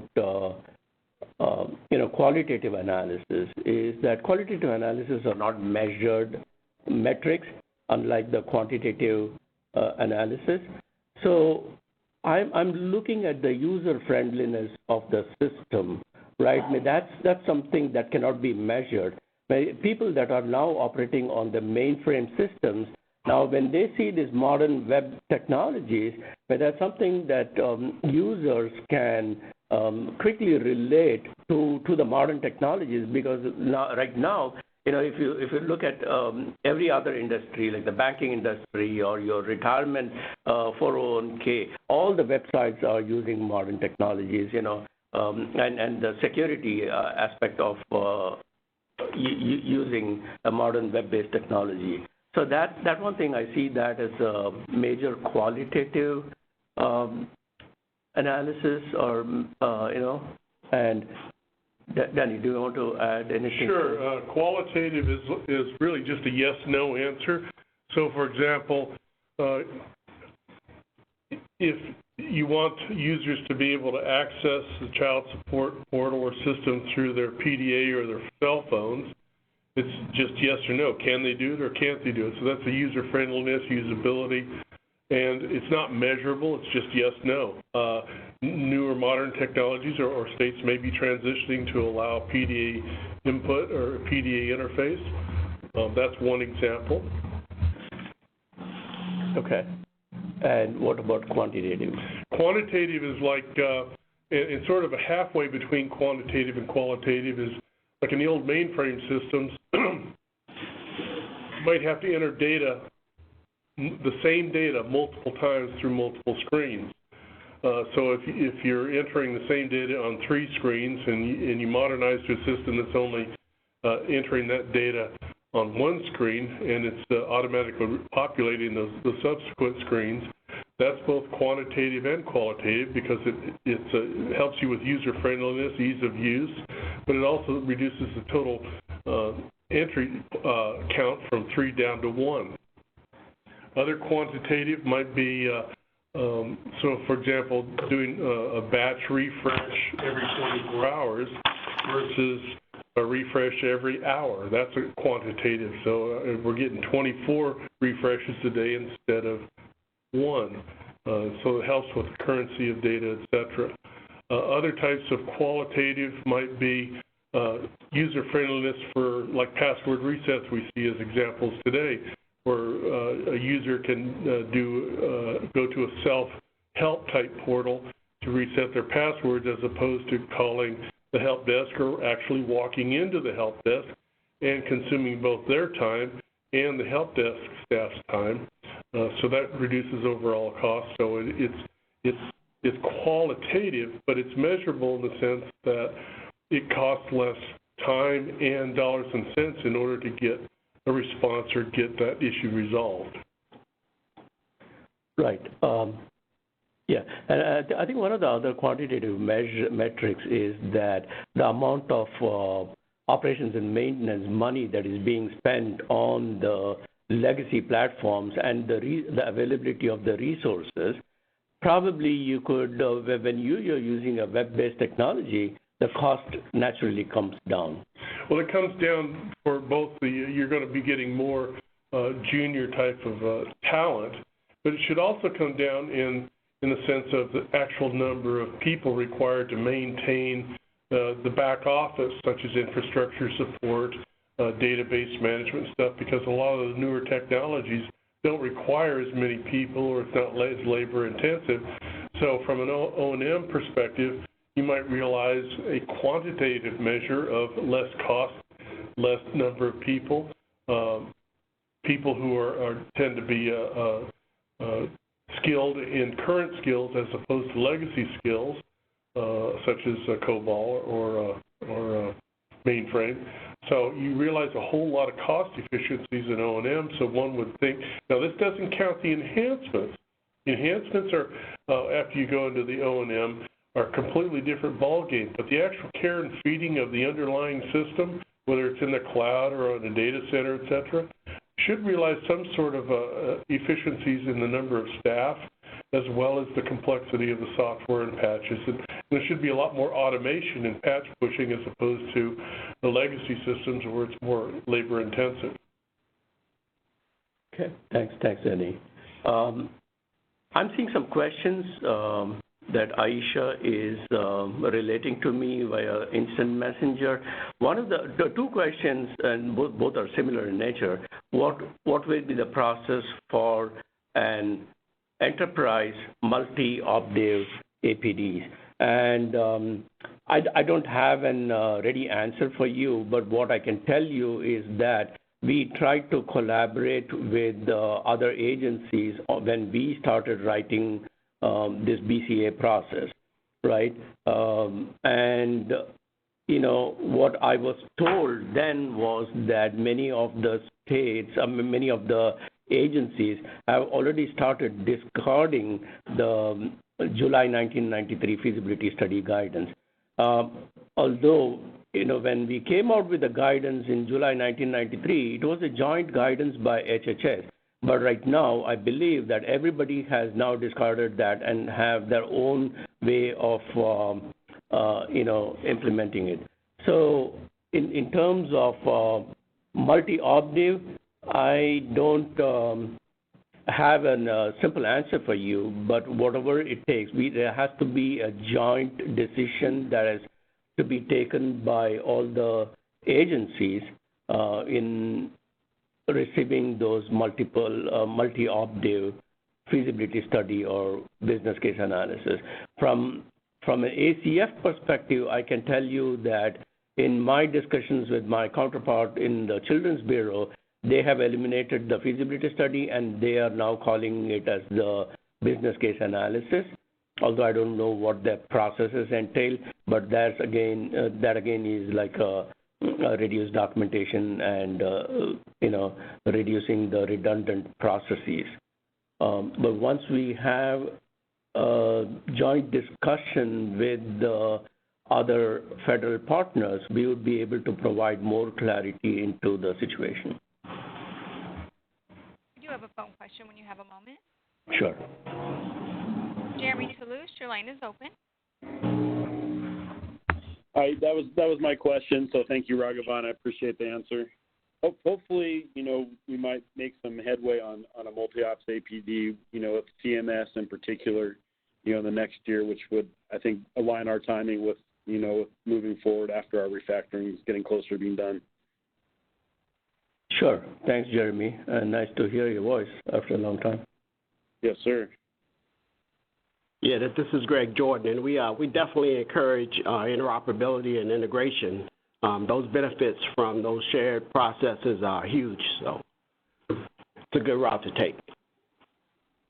And data sharing is also another initiative that was set forth by this administration, and we are trying to promote data sharing between multiple federal agencies or multiple systems. So I think, as Greg mentioned, interoperability is one of the key drivers in multi-obdiv systems. So I think it'll be good if we can see.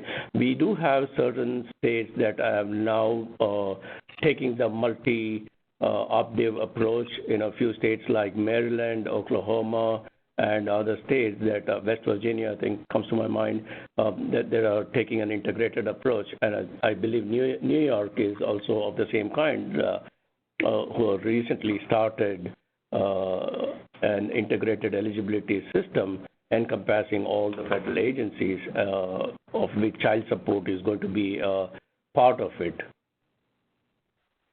Yeah, this is Jeremy again. Yeah, I mean, I think, the benefits, especially on, kind of the front end of intake, the ability to eliminate or definitely, reduce the amount of, inappropriate referrals and the, align the data points, I think would save just an unbelievable amount of effort, on the system side, but also for staff.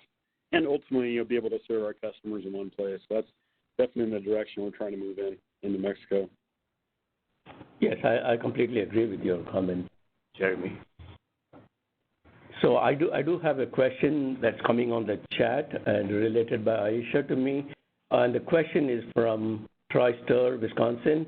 For the requirements analysis step, will states submit high-level business and technical requirements for the to-be system? For the requirements analysis step, will states submit high-level business and technical requirements for the to-be system?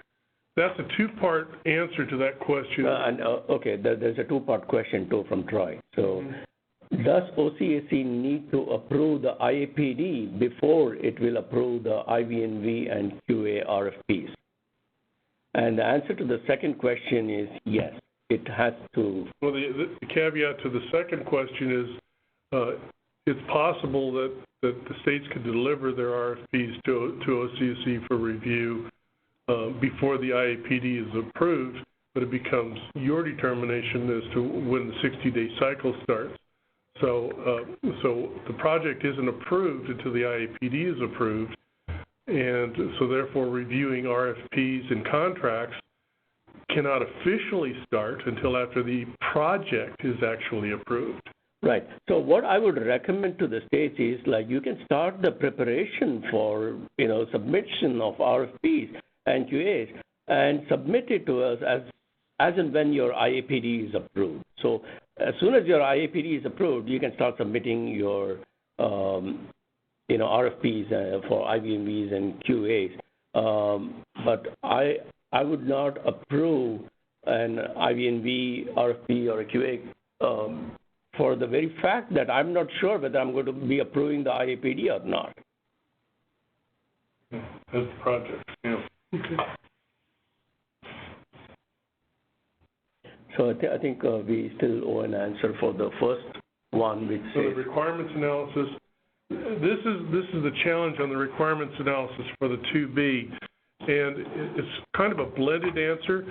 Going back to the old feasibility study process, as we alluded to during the presentation, the function point analysis actually delineated and listed every single requirement, every single functional and et cetera requirement, and then scored each one of those when you're doing comparing transfers. So the function point analysis by default provided all of the requirements for both the as-is and the 2B. So the 2B, however, there might be a difference in the sense that if there's new requirements or new features or capabilities, those should be defined to the same level of completeness as those that were previously done for the functional requirements. Are you going to have all of the system level specifications and the derivative requirements for these? I would not think so. However, that is a step that goes forward towards the IAPD and certainly the DDI contract.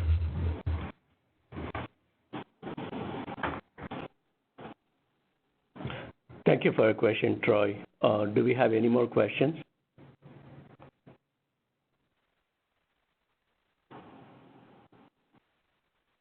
Julie, I think Tevlin has been trying to speak and she is muted. I'm not. I've seen that she's connected 3 times, but she's disconnected 3 times. I'm not finding her. Okay. That's fine. Yeah, if she has any questions, she can just instant messenger me. She can hit *0. I can find her. Tevlin, if you're listening, if you can hit *0. She says she is on, but I don't know. Maybe I think she just.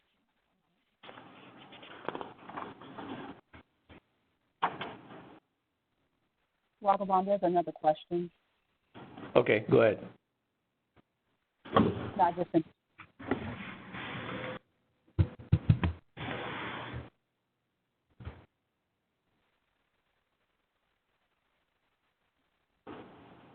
Question from Jacqueline. Okay, so I do. Joined you. This is Kevlin. I just wanted to state on the multi-optive question, on the flow chart that Danny went over, at the bottom of the flow chart, it says this is for a single octave. So our, the presentation is more so for a single octave, not for a multi-octave. Yes, that's absolutely true, Tevlin. So we do have one more question that has come through the online chat, and the question is from Jacqueline Forrester. What are some of the COTS products that are coming on the market? Obviously, I'm not at liberty to speak about the COTS, products that are coming on the market, because I really don't know what products are coming, because every day we see technological changes and new products coming onto the market. But one thing I can say for certain is that we have seen a lot of states going into the CRM software, like customer relationship management softwares, like Salesforce and Microsoft Dynamics is what we are currently seeing in the marketplace. But as and when we come across any new products, we will let you know. The marketplace is changing all the time, and you may be able to see some of the products that are coming onto the market. So at this point in time, I have only two vendors that are in the marketplace as COTS products. That's Salesforce and Microsoft Dynamics.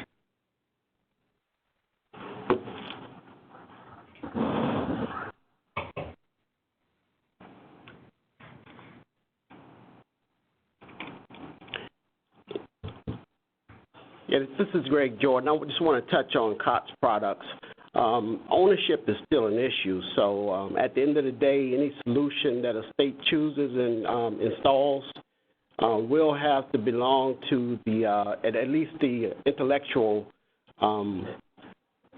property has to belong to the federal government and the state government. We understand that there are COTS proprietary engines that require licensing, but at the end of the day, we should own the functionality to be transferred between states. Just a note. Okay. Yeah, that's an excellent point. Yeah, and if it is a true COTS, if we do approach a time when true COTS are out there, contact your DSTS analyst. There is a waiver process for using those products. They are allowable, but for FFP, there are some waiver issues you have to complete or get approval for. Thank you. Thanks, Greg.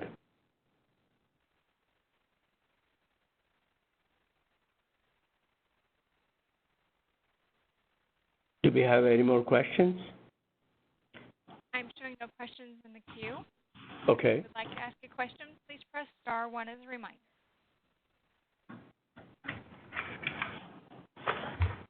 Please, I think this is an opportunity for you to ask questions, even if it's an obvious answer or something. Please ask the question. If it's a simple question, don't feel shy. We are here to answer any questions that you may have. But if you are not comfortable asking the question on the open forum, what I would also tell you is that you can send the questions via email or to your federal analyst or to me directly, and we'll try and answer those questions. This is Evelyn. Go ahead. I just want to make sure that the question was answered from Troy, sir, about the IAPD. Does OSC need to approve the which is Yes, I think we answered the question. And okay. Try if are you okay with the answer that was provided to you?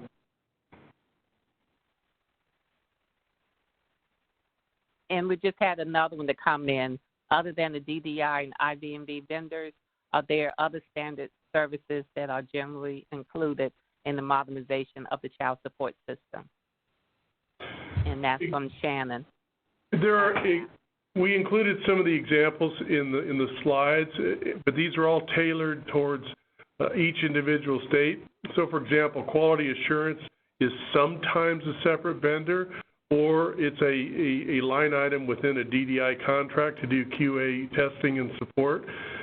Training, similarly, is sometimes a separate vendor, or it's embedded in the DDI contract. PMO is certainly a separate PMO and or SME, subject matter expert, type contracts or staffing augmentation task orders are usually separate from the DDI vendor. And obviously the IB&V vendor is separate as well. So the DDI, depending upon how the state wishes to structure their functions and their contracts, can embed quality assurance and training, and even sometimes the initial year or two of O&M following deployment and operational status of their modernized system. So it's entirely up to the state how you wish to flavor that.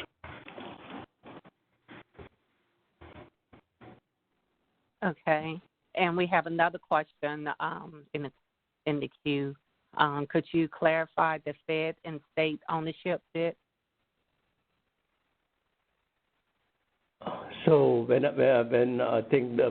read this question, I think you're talking about the software ownership, and yes, the state and the federal government owns the software. Just because that both of us are contributing to and paying for the software, so it is the property of the federal government and the state government. And I think, as Greg had mentioned earlier, the issue of COT software, the software ownership needs to be clarified when you enter into an agreement to implement a COTS-based solution for your state child support system. But no matter what you do, whatever options you take, it is the property of the software is the property, and anything that is intellectual property is the property of the federal government and the state government. So one of the examples we discussed some time ago was if there's a COTS product-based transfer solution that a new or different state decides they want to use, what are the costs for the COTS part of that transfer system? And certainly, while the state and the federal government own the software and the application as is, the vendors typically will retain ownership of the underlying engine in a sort of sense, a pseudo sense, meaning in order to continue to get technical support, as in follow-on technical support and subsequent security patches and other patches in subsequent years, it's prudent for the new state, although not absolutely required, it is still very prudent to purchase the underlying technical support license for the engine. Yes, I see the same question that is being repeated by Troyster again. We just provided the answer to you about the state and the federal ownership of the software. I hope our answer clarified the matter. And so I do have, we are receiving questions at jet speed on the chat box, which Aisha is sending it to me. The next question is from Dana B. I don't know the last name. Will the documents used in the presentation be sent to attendees in electronic format? Yes. I wouldn't say that it is going to be sent to the participants now, but what our intention is to post it on the ACF web when it is ready to be posted.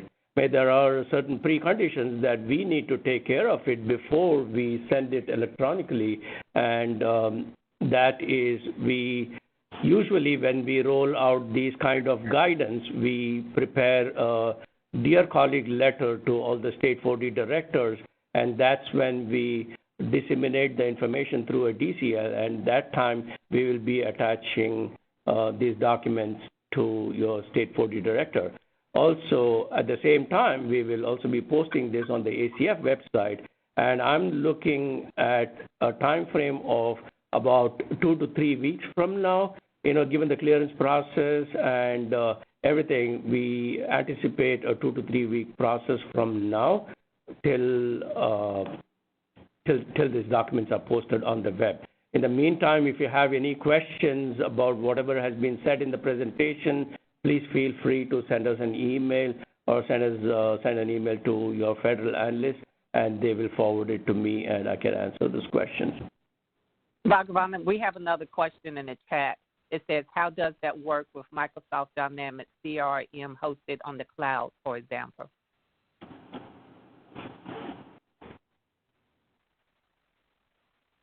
So is the question related to a cloud-based application, or is it related to Microsoft Dynamics? That's just how it's written in the chat. I'm looking at the question and answer chat box, so I'll just be monitoring that. And it just... Could you please repeat the question? Okay. It says, how does that work with Microsoft Dynamics CRM hosted on the cloud, for example? So in reading this question... The ownership he's speaking to. Oh, is the ownership issue, or... I believe she's speaking to ownership. How does it work? Okay, the ownership, as we said earlier, and as Greg had reiterated, the ownership issue, needs to be clarified very clearly in your agreement with the vendor, be it Salesforce or Microsoft, any vendor that you sign an agreement to install a COTS product into your state child support system. It has to be clarified to them that it is the intellectual property and the software is the property of the federal government and the state government. So this has to be very clearly mentioned, and that's what states are, doing. If you need any more guidance on how to structure that language, we may be able to help you. So does that answer the question? Whoever asked that question, does it answer your question, or do you need any more clarification? But you can use the phone function *1 and ask the question.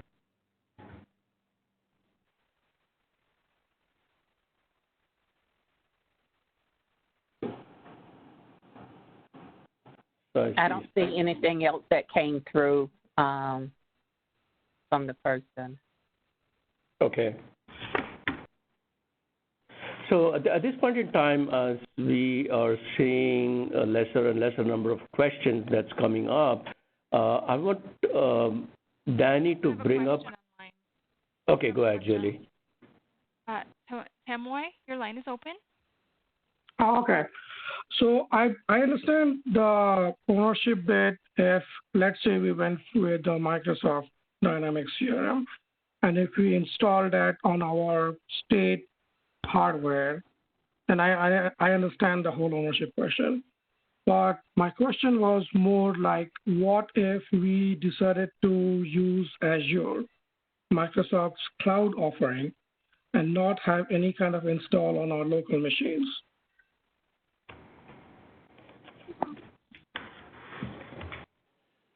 So whatever be the hosting mechanism, whether it is on-premise or on the cloud, the entire application software belongs to you.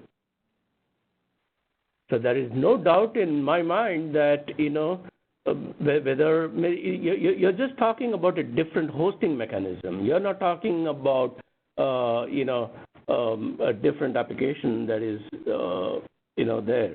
So anything that, whether it's being hosted on-premise or on the cloud, it is a property of the federal government. I mean, the application belongs to you. So you own the entire rights for the software ownership.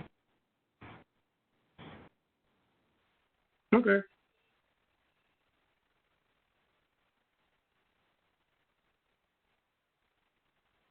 I'm showing no further questions.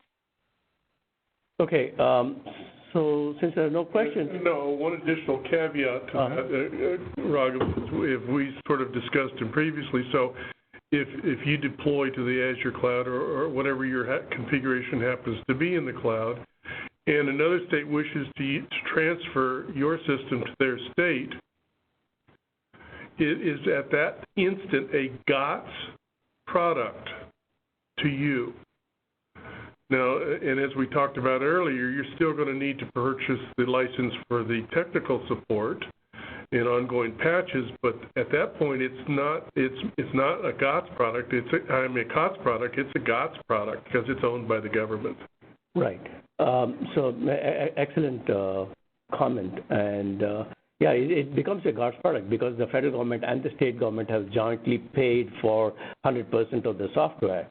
So as the question was, we definitely are not, claiming our rights to the Microsoft Azure platform or anything. It is just the application software that is residing on the Azure platform.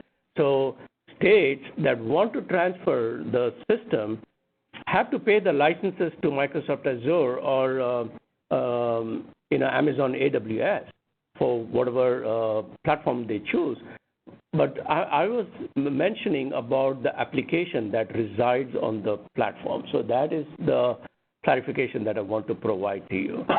And to answer your comment about,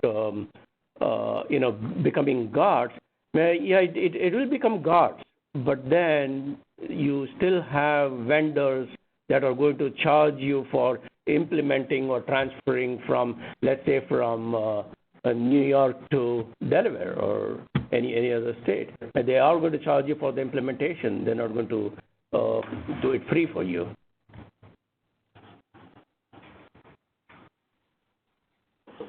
So, Julie, are there any more questions? I am showing no further questions. Okay, thank you. So at this point in time, what I want to Danny to show is the GCA template, the guide, and the cost-benefit analysis, because this is going to be the part of documentation that the states would submit to OCSE for getting your BCA approved.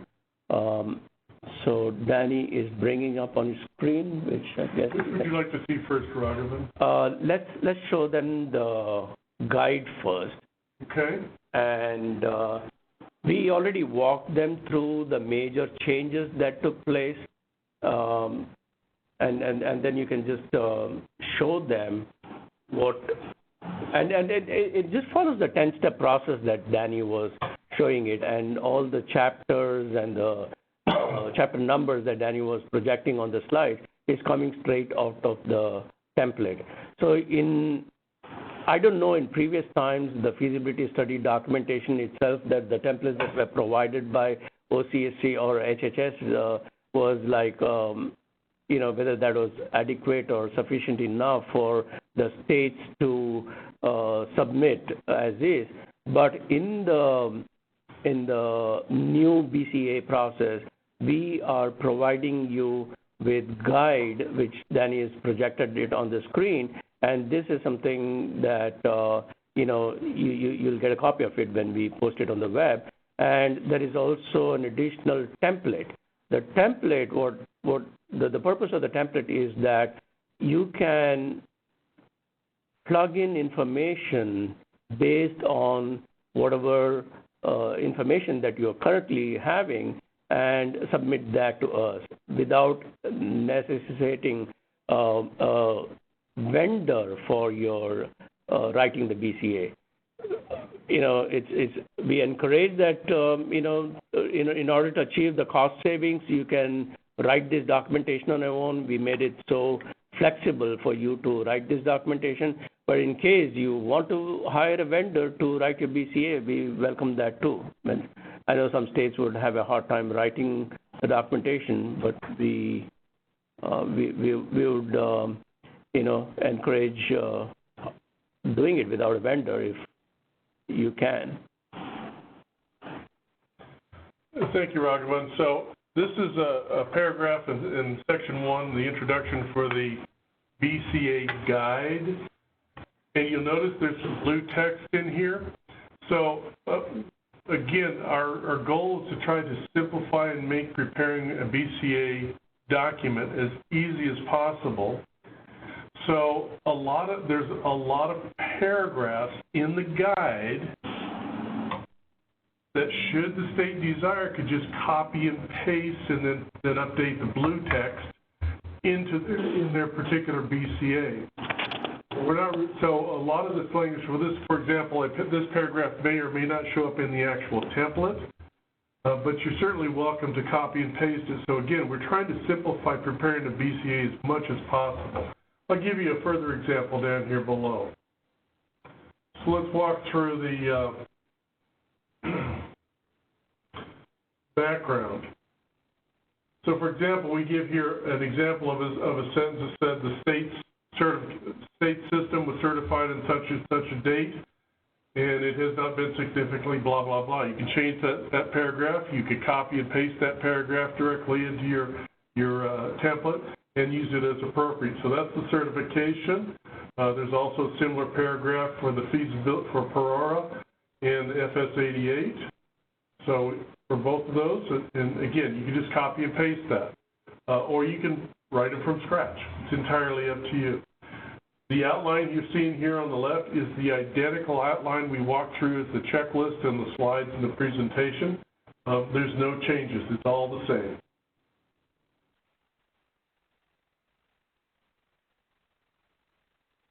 Let's go to the template briefly.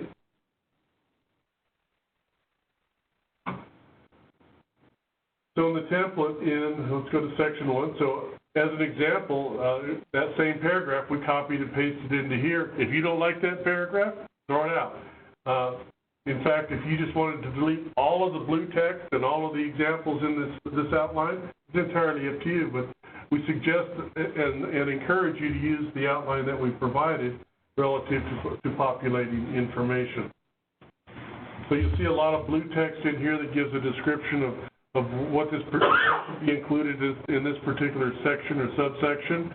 And as we talked about in the executive summary slide in the briefing, you'll see that there's the estimated length, in this case, one paragraph, down here below for mission statement, estimated length 1 to 3 paragraphs. And that's throughout the entire template. Again, the template follows the exact same outline that we provide in the guide. Let's go back to the guide for a moment and go to Appendix F before we jump into the spreadsheet. So Appendix F is the BCA cost analysis spreadsheet guide. And for simplicity, anything that you see in the spreadsheet that's highlighted in yellow is what you edit. And I'll show you the spreadsheet here in just a moment.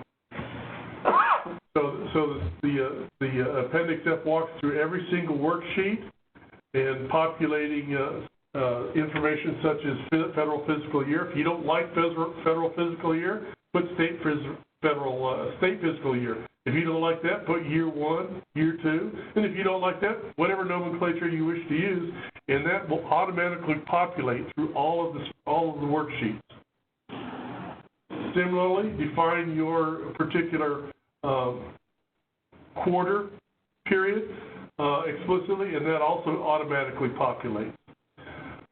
Similar to APDs, we're always looking to determine if the information is actual or planned or whatever. If you don't like the word actual, you can say real, and planned, you can say projected. Any terminology you wish to use. Again, it ripples through all the worksheets. So for a given quarter or fiscal year, you'll show the exact whether or not that's actual or planned information. Similarly, by quarter, the activities you get to define. So these examples shows the planning activities of preliminary BCA, IAPD, and procurement activities, and there's a worksheet for each one of those. So these topics here, 1 through 7, there's a worksheet for each one of those topics. And this is the overall summary spreadsheet that we talked about, and of course the categories. So let's go over to the spreadsheet for a moment, and I'll show you exactly what we're talking about. So obviously there's a title page, and there's version history, and then there's a README page. So anything you see on this README first page in yellow, you control, and you only edit it once in the spreadsheet. Through the entire, so any information you put in these columns ripples through the remaining worksheets, which you see are listed below for the various activities and summary costs. So you don't have to do multiple repetitions. Similarly, out here to the right for the quarters, you can identify whether the information is actual or planned, and that will go through the subsequent worksheets as well. And again, you control the terminology however it is you want to see it. That's entirely up to you. It's your worksheet. It has to work for you. Otherwise, don't use it. Okay, so talking about individual categories, let's blow this up a little bit. So this is for preliminary cost activities. In the worksheets for each of the activities and the development and O&M costs, the category column is entirely controlled by you. And you put whatever terms you want in there, whichever line items you track today, whichever line items you want to track, and then you just populate the information by quarter. But again, as we talked about earlier, for indented stuff, this spreadsheet wasn't designed to include subtotals, so it just totals everything down at the very bottom here, and then this total row in row 35 will get summed up into the overall summary table here. And as you'll see, this shows the 15 years worth of information. When you get ready to populate your tab, you just hide hide the columns you don't need, select the information you want, do a copy and paste. Similarly for procurement activities and all the other the alternative development costs for alternative 1. If you have a second alternative, then populate all of the O&M costs for the status quo system, all the other information in here for status quo, and make a copy of this spreadsheet before you start populating the alternative 1. So you'll populate all of the planning activity stuff and the status quo O&M costs, and then copy this entire spreadsheet, make a second one, call it alternative 2. Danny, can you hold on for a second? I think I'm getting messages that they cannot see the screen. Oh, sorry. I am so sorry. I didn't put share on. Let's go back. Start over. Danny, it was showing earlier. I think it's just one section. It just didn't pop up. Okay. Because I was following along with you on that. So I think it was probably just the last section. Okay, so we did the README first page. Populate everything in yellow. You determine what your year increment is and whether or not it's actual or planned. You similarly do that by quarter out here. So when you put FY21 over here in yellow, it automatically populates all the worksheets with FY21. Similarly for modernization summary. And as we talked about, you determine everything, any worksheet that has yellow text or yellow highlighted with red text, you edit, and it's yours. You control everything. One state actually, when they were doing a review of the preliminary documentation for the guide, template, and spreadsheet, suggested that this might be useful in preparing and updating APDs as well. So again, we tried to put this together to simplify your life as much as possible. The IAPD cost, and of course the status quo cost. A number of different categories. Were you able to see that, Evelyn? Yes, I was able to see that. Okay. Yes. So I know we just went through the cost spreadsheet pretty quick, but it truly is very similar to exactly what you're doing right now for APDs. We've just tried to automate as much of the populating of it, and so you can track it. and just copy and paste that portion of the summary table that you need into the BCA. And of course, the spreadsheet becomes one of your supporting artifacts to the BCA. That's a real quick and dirty on the guide and the template.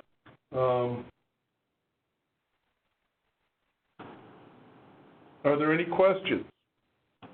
I know you have more questions when you get a chance to actually review it. And it seems like there's an awful lot of information in here. That's why we've also stated that you already have a whole lot of this information. It's just a matter of copying and pasting it into the document that you prepare. And of course, you determine how detailed you want to be in your overall BCA documentation. And one thing that we failed to mention: this is your document. This is trying to set you up for success. So the quality of the information put into the document is entirely controlled by you.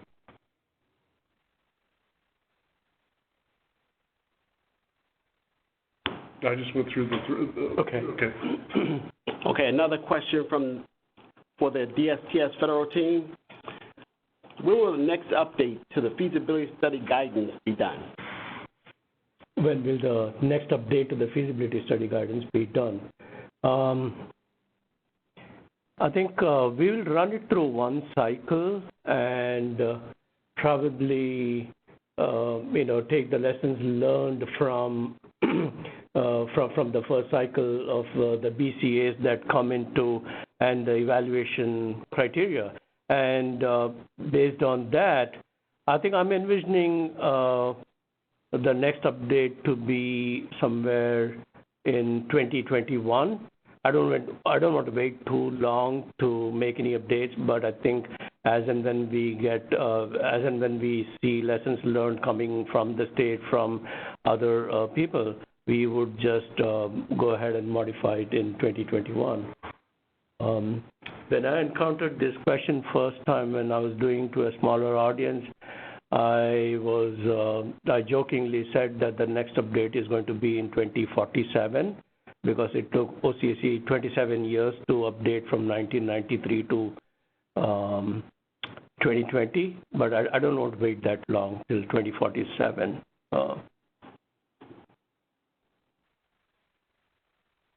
So you can see the next update in 2021.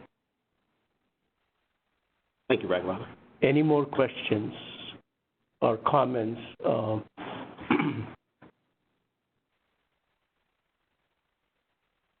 Once again, to ask a question, please press *1.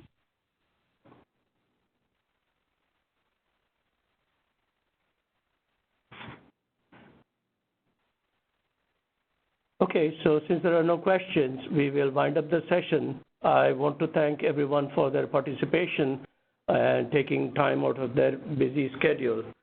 Hold on, I get one more question from Troyster.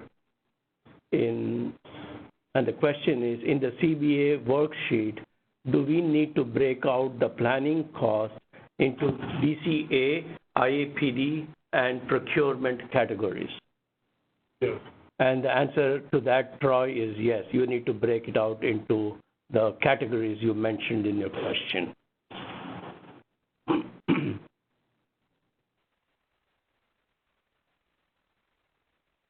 So as I was saying, I think we have reached a stage of conclusion here.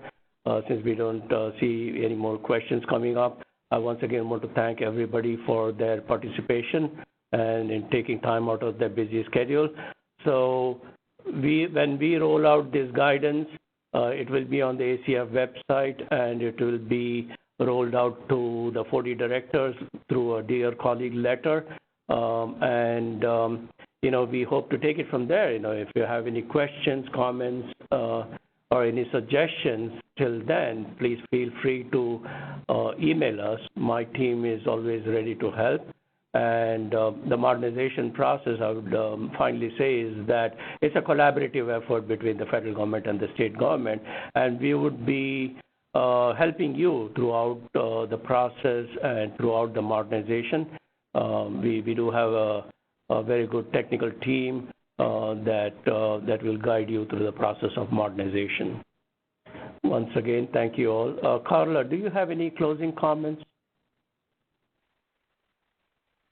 I just want to say thank you very much. I know that a lot of work has gone into this, and it's very easy to tell that you all have worked very, very hard.